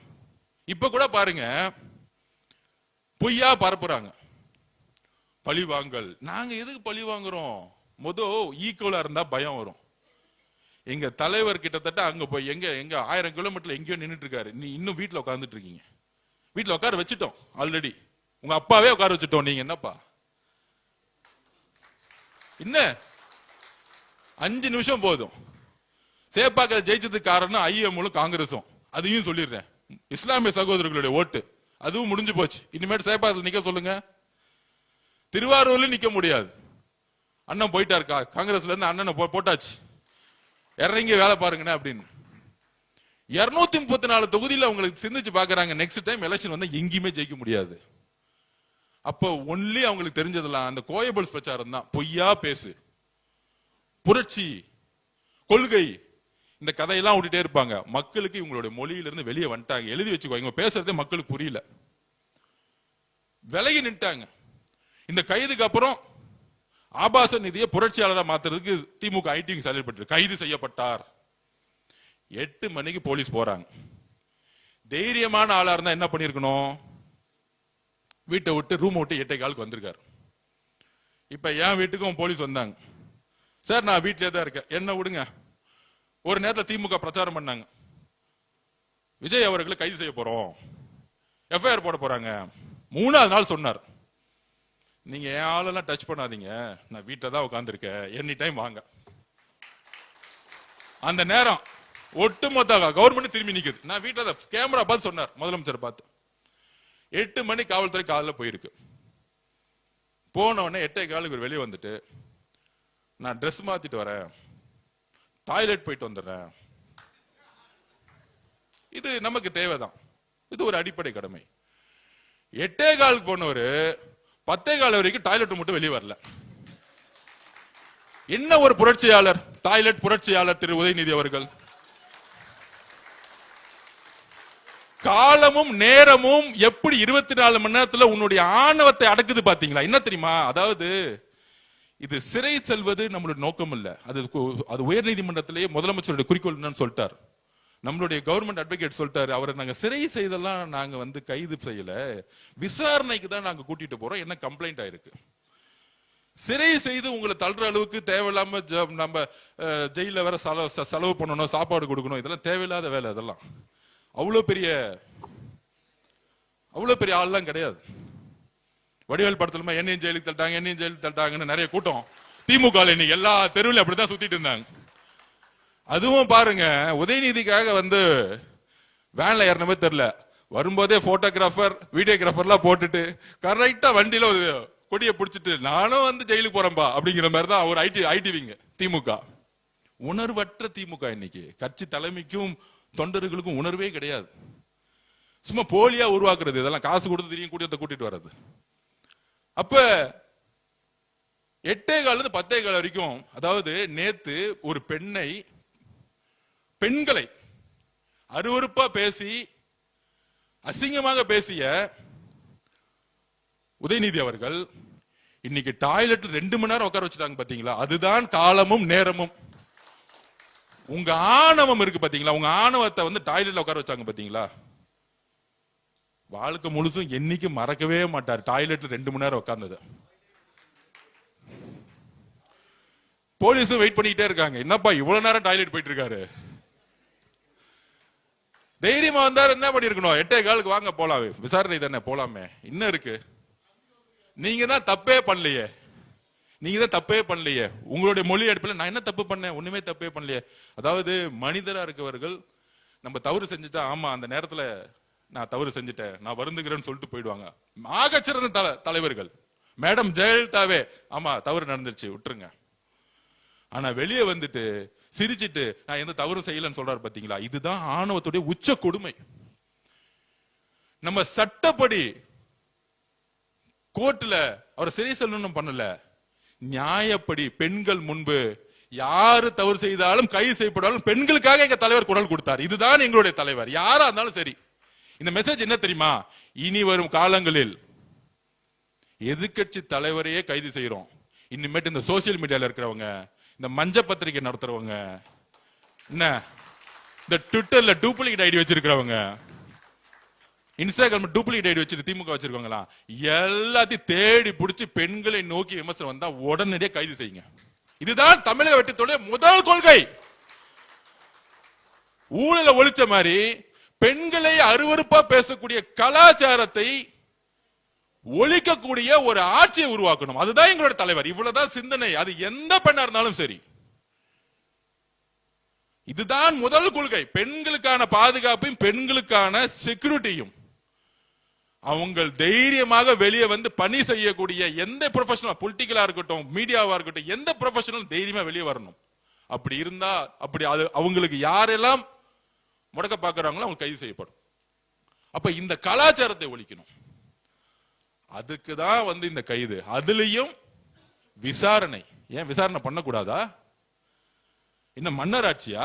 அதெல்லாம் முடிஞ்சு போச்சு. 2026 மே 10 முடிஞ்சு போச்சு. மன்னராட்சி தூக்கி எரிஞ்சாச்சு. இங்க எல்லோரும் தவறு செய்தால் போலீஸ் கூப்பிட்டா விசாரணைக்கு போய் தான் ஆகணும். கூப்பிட்டா 10 மணிக்கு கூப்பிட்டாங்க, எல்லா அட்வொகேட்ஸ் வந்துட்டாங்களாம். பெரிய 100 அட்வொகேட் உட்கார வச்சுட்டு எல்லாம் பேசிட்டு நான் போறேன். அதே 8:15 போக வேண்டியது தைரியமா இருந்தா. அப்ப போன பிறகு போலீஸ் ஒரு 1 hour 2 hour என்கொயரி பண்ண போறாங்க. ஏங்க பேசுனீங்க? அவருக்கு கொஞ்சம் மறதி நோய், நான் பேசவே இல்லைங்க நேத்து அப்படின்னு சொல்லுவாரு. அதுக்கப்புறம் கோர்ட்டுக்கு போவோம் சப்ஜெக்ட். ஆனால் தமிழக பெண்களுக்கு எங்களுடைய தலைவர் ஒரு உறுதியும் நம்பிக்கையும் முதல் முறையா கொடுத்திருக்கிறார். தவறு செய்தா நான் யாரா இருந்தாலும் கைது பண்ணுவேன், அதுக்கான கான்சிக்வன்ஸ் பத்தி கவலைப்பட மாட்டேன். எதிர்க்கட்சி தலைவரா நீ நைட் என்கொயரி முடியும், காலை சட்டசபைக்கு வாங்க, என்ன வேணா கேள்வி கேளுங்க, நாங்க இருக்கிறோம், எழுதி வச்சுக்குவாங்க. அண்ணா பொதுச்செயலாளர் அண்ணா தலைவர்கிட்ட ரிக்வஸ்ட் பண்ணிருங்க, இன்னுமேட்டு உதயநிதி அவர்களை தலைவர் இருந்து பதில் சொல்ல வேணாம். நான் இருக்கேன், அண்ணன் விஸ்வநாத அண்ணன் இருக்கிறாரு, செங்கோட்டை அண்ணன் இருக்கிறாரு, நம்ம தம்பி ரமேஷ் இருக்கிறாரு, இங்க இருக்கக்கூடிய சட்டமன்ற உறுப்பினர் இருக்காங்க, நம்ம பதில் சொல்லிக்கிறோம். தலைவர் போய் நேரா அவருடைய ஆட்சி பணியை அவர் பாட்டிக்கு செய்யட்டும், பதிலே சொல்ல வேண்டாம். இந்த மாதிரி கேரக்டருக்கு, இந்த ஆபாச நீதிக்கெல்லாம் எந்திரிச்சு எங்களுடைய தலைவர் தமிழக மக்களால் சிங்களா தேர்ந்தெடுக்கப்பட்ட நம்பிக்கை உருவாக்கி தலைவர் பதில் சொல்ல வேண்டிய அவசியமே கிடையாது, பதில் சொல்ல கூடாது. தயவு செஞ்சு தீர்மானம் போடுங்க. இனிமேட்டு எதிர்க்கட்சி தலைவர் எந்திரிச்சு சட்டம் அண்ணா நீங்க தானே அவைத் தலைவர், நீங்க தயவு செஞ்சு சொல்லிடுங்க. நீங்க எந்திரிச்சு பதில் சொல்லுங்க போதுன்னு. இல்ல நம்ம ரமேஷ் போதுன்னு, நாம போதுன்னு, அண்ணன் இருக்கிறார், விஸ்வநாதன் அண்ணன் இருக்கிறார், நம்ம பாத்துக்கலாம். அப்ப நம்ம பாத்துக்கலாம். தலைவர் வளர்ச்சியை நோக்கி அரசியலை உருவாக்கட்டும், நம்ம அரசியலை பாத்துக்குவோம். நீங்க அவரை, அதாவது திமுக காரங்க இறங்கிட்டாங்க சொல்றாங்க எங்க பார்த்தாலும் போராட்டம்னு. ஒண்ணும் இல்ல, எங்க பொதுச் செயலாளரும் சரி நாங்களும் ஜஸ்ட் கண்ணு காமிச்ச ஒட்டுமொத்த ஜென்சி ரோட்ல இறங்கினா மகனை ஒருத்தன வீட்டுல இருக்க மாட்டீங்க, ஒருத்தன் வீட்டுல இருக்க மாட்டீங்க. அமைதியா ஒருத்தர் அமைதியா இருந்தா ரவுடிசம்லாம் வேலைக்கு ஆகாது. பசங்க இறங்கினாங்கன்னா ரவுடிசம்லாம் வேலைக்கு ஆகாது. நாங்க அமைதியா ஜெயிச்சிட்டோம், மக்களை முன்னேற்றணும், இளைஞர்களுக்கு வேலை வாய்ப்பு இல்ல. எங்க தலைவர் என்ன யோசிக்கிறாரு, 55% இளைஞர்கள் இருக்காங்க, வேலை வாய்ப்பை உருவாக்கணும். அவங்க அரசியலா பயன்படுத்துறது மட்டும் நம்ம குறிக்கோள் இல்ல, இளைஞர்களுக்கான வேலை வாய்ப்பை உருவாக்கி முன்னேற்றம் நினைச்சிட்டு இருக்காரு. அப்படி ஒரு அரசியல் தலையீடு அவருக்கு டிஸ்டர்ப் பண்ணா, நாங்க இருக்கிறோம், மத்த அமைச்சர்கள் இருக்காங்க, சட்டமன்ற உறுப்பினர் இருக்காங்க. இது அண்ணன் தீர்மானமாக அண்ணன் கொடுத்துருங்க. நாளைக்கு உக்காரட்டும், அவர் எந்திரிச்சு பேசுறதுக்குள்ள என்ன வேணா பேசட்டுமே. ஏன்னா 30 வருஷம் ஆட்சி, 50 வருஷம் கழிச்சு எல்லா தப்பையும் அவங்க தான் பண்ணிருக்காங்க. நீட்டு அவங்க தான் முதலமைச்சர் இருந்தாங்க. 5 வருஷம் என்ன பண்ணாரு? மு.க. ஸ்டாலின் என்ன போராட்டம் பண்ணாரு? உதயநிதி அவர்கள் மெரினா பீச்ல என்ன 50 நாள் உண்ணாவிரதம் இருந்து செத்து போறமே ஆக்சிஜன் ஏத்திட்டு வந்தாரா? கேக்குற 50 நாள் ஏதாச்சும் மெரினால உண்ணாவிரதம் இருந்தாரா? போயிட்டு டெல்லியில உண்ணாவிரதம் இருந்தாருல்ல, அவர் மாதிரி 30 நாள் உண்ணாவிரதம் இருந்தாரா? அனிதாவுடைய இறப்புக்கு எங்களுடைய தலைவர் செல்லும் போதே என்ன நினைச்சிருப்பாரு, ஒரு நாள் பாராளுமன்றத்தில் நீட் விளக்கப்படும், அதுக்கு நான் என்னுடைய குரலை கொடுப்பேன்னு அன்னைக்கு நினைச்சிருப்பாரு அவர். அது நடக்கும், எழுதி வச்சுக்கோங்க.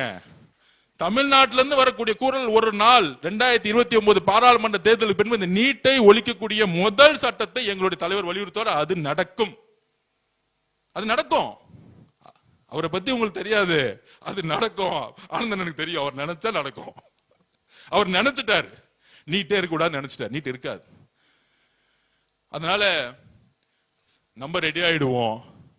திமுக காரங்க ஏ ஓய் ஆ ஊன்னு கத்துவாங்க, எல்லாம் லைவ்ல போட்டாச்சு, அவங்க எக்ஸ்போஸ் ஆகட்டும். நம்ம உறுதியா டிமாண்ட், மானிய கோரிக்கை, முன்னேற்றம், மக்கள் முன்னேற்றம் போக்கஸ் பண்ணுவோம். அதுக்கு மேல தவறு செய்தா, இந்த கிரவுண்ட்ல ஃபுட்பால் மேட்ச் எல்லாம் பாத்துருப்பீங்க, ஃபவுல் அடிச்சா ஆட்டத்தை விட்டே போயிடுவாங்க. ஆல்ரெடி உங்க அப்பா தவறு செஞ்சாரு, ஆட்டத்தை விட்டு போயிட்டார். அடுத்தது அவர் புள்ள ஃபவுல் அடிச்சுக்கிட்டே இருக்கு, ஆட்டத்தை விட்டு போறாங்க. நம்ம இறங்கி ஆட போறோம். இப்ப இல்ல, அடுத்த 50 வருஷத்துக்கு தமிழக வெற்றி கழகம் மட்டும்தான் இங்க இருக்கும். அதோட சேர்ந்த கூட்டணி கட்சி இருக்காங்க. தனியார் 35%, கூட்டணி வேற வந்துட்டாங்க 20%. குறைந்தபட்சம் தலைவர் பிரச்சாரம் பண்ண 65% நம்ம ஜெயிக்க போறோம். 65% எலெக்ஷன்லாம் வச்சிருந்துச்சு, கவலையே படாதீங்க. முன்னாடி தலைவரை கூட்டிட்டு போயிட்டு பிரச்சாரம் பண்றதா பிரச்சனை. அண்ணா வாயில சொன்னா கூட்டிட்டு போயிட்டு இட்டுன்னு வரதான் பிரச்சனை. இட்டுட்டு போயிட்டு இட்டு வருது. இப்ப பிரச்சனையே இல்ல. கரூர் வந்தாரு, 5000 போலீஸ் பாதுகாப்பு கரெக்டா கொடுத்தாங்க. எந்த வழி மறுக்கப்பட்டதோ அதே வழியில ரோட் ஷோ பண்ணார், அதே இடத்துல பிரச்சாரம் பண்ணிட்டு வந்தார். அப்ப இது எல்லாம் அவர் நினைச்சா நடக்கும், ஆனா பேசவே மாட்டார். அவர் பேசும்போது அவங்க காணா போயிடுவாங்க. இதுதான் அவருடைய வரலாறு. அதனால அவங்க காணா போறதுக்கான எல்லா வேலையும் செஞ்சிட்டு இருக்காங்க. நம்ம நம்பிக்கையா உறுதியா விசாரணை நடக்கட்டும். கிளீனா சொல்லிட்டாங்க, விசாரணை முடிஞ்சோன்னா வீட்டுக்கு அனுப்பிச்சிருவோம். சிறை செல்லக்கூடிய பழக்கம் எங்களுக்கு கிடையாது. எங்களுக்கு யாருமே எதிரியா நினைக்கக்கூடிய பழக்கமே கிடையாது. எங்களுக்கு அந்த பயமே கிடையாது. எந்த கட்சியை பார்த்து போய் தனியா நின்னே நாங்க ஜெயிச்சிட்டோம், கூட கூட்டணி வேற இருக்கு, எதுக்காக ஒருத்தரை பார்த்து நாங்க பயப்படணும், எதுக்காக ஒருத்தர் சரி சொல்லணும்? இதுதான் நான் திருப்பி திருப்பி பதிவு பண்றேன். அதனால நாம் மிகப்பெரிய வெற்றிகளை பெற போறோம். இவங்களுடைய பொய்யையும் இவங்களுடைய சூழ்ச்சிகளையும் தூக்கி எறியறதுக்கு நமக்கு நிதானமும் பொறுமையும் ஒற்றுமையும் வேணும். இது எல்லாம் தலைவருக்கு ஒரு பலமா இருக்கும். தலைவரோட பலத்துக்கு நான் திருப்பியும் சொல்றேன், அடுத்தது 50 வருஷத்துக்கு பக்கத்துல நிக்கிறதுக்கு யாருமே கிடையாது. அதனால நம்ம சட்டசபையில நிமிர்ந்து போவோம். ஏன்னா நம்ம நேர்மையானவர்கள். நம்ம தலைவர் ஒரு மிகப்பெரிய நேர்மையான ஆட்சி உருவாக்கி இருக்கார். நன்றி, வணக்கம்.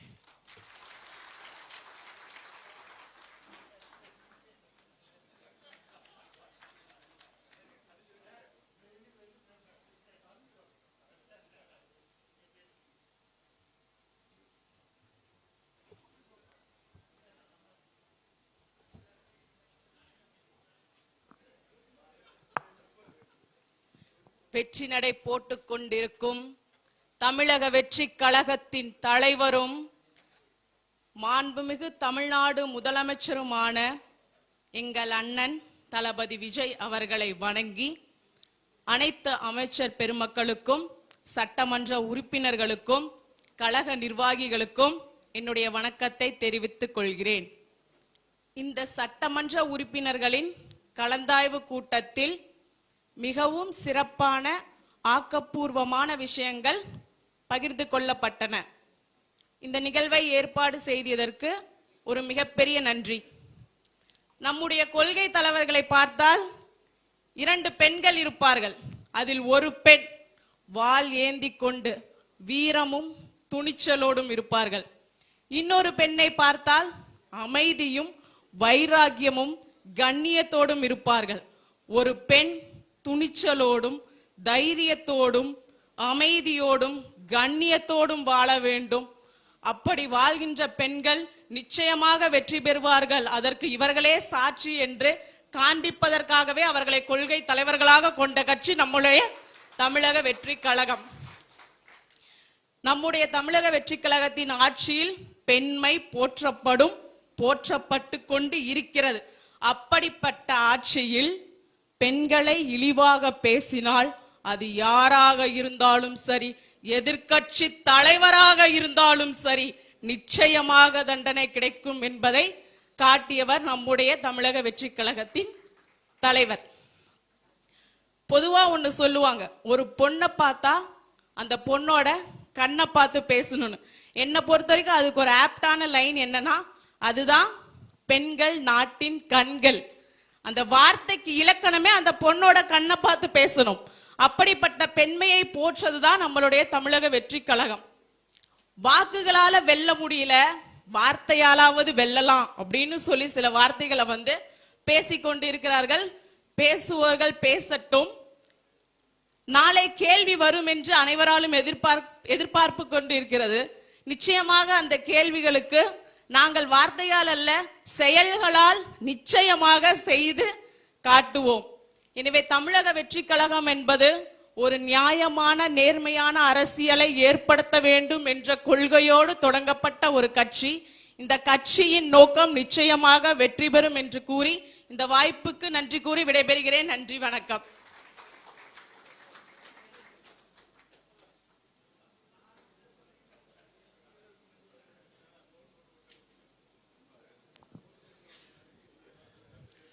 சட்டமன்ற உறுப்பினர்கள் கலந்தாய்வு கூட்டத்திற்கு வருகை புரிந்துள்ள அனைத்து சட்டமன்ற உறுப்பினர்களுக்கும் மாண்புமிகு அமைச்சர் பெருமக்களுக்கும் மற்றும் ஊடக நண்பர்கள் அனைவருக்கும் நன்றியை தெரிவித்துக் கொள்கின்றேன். நன்றி, வணக்கம்.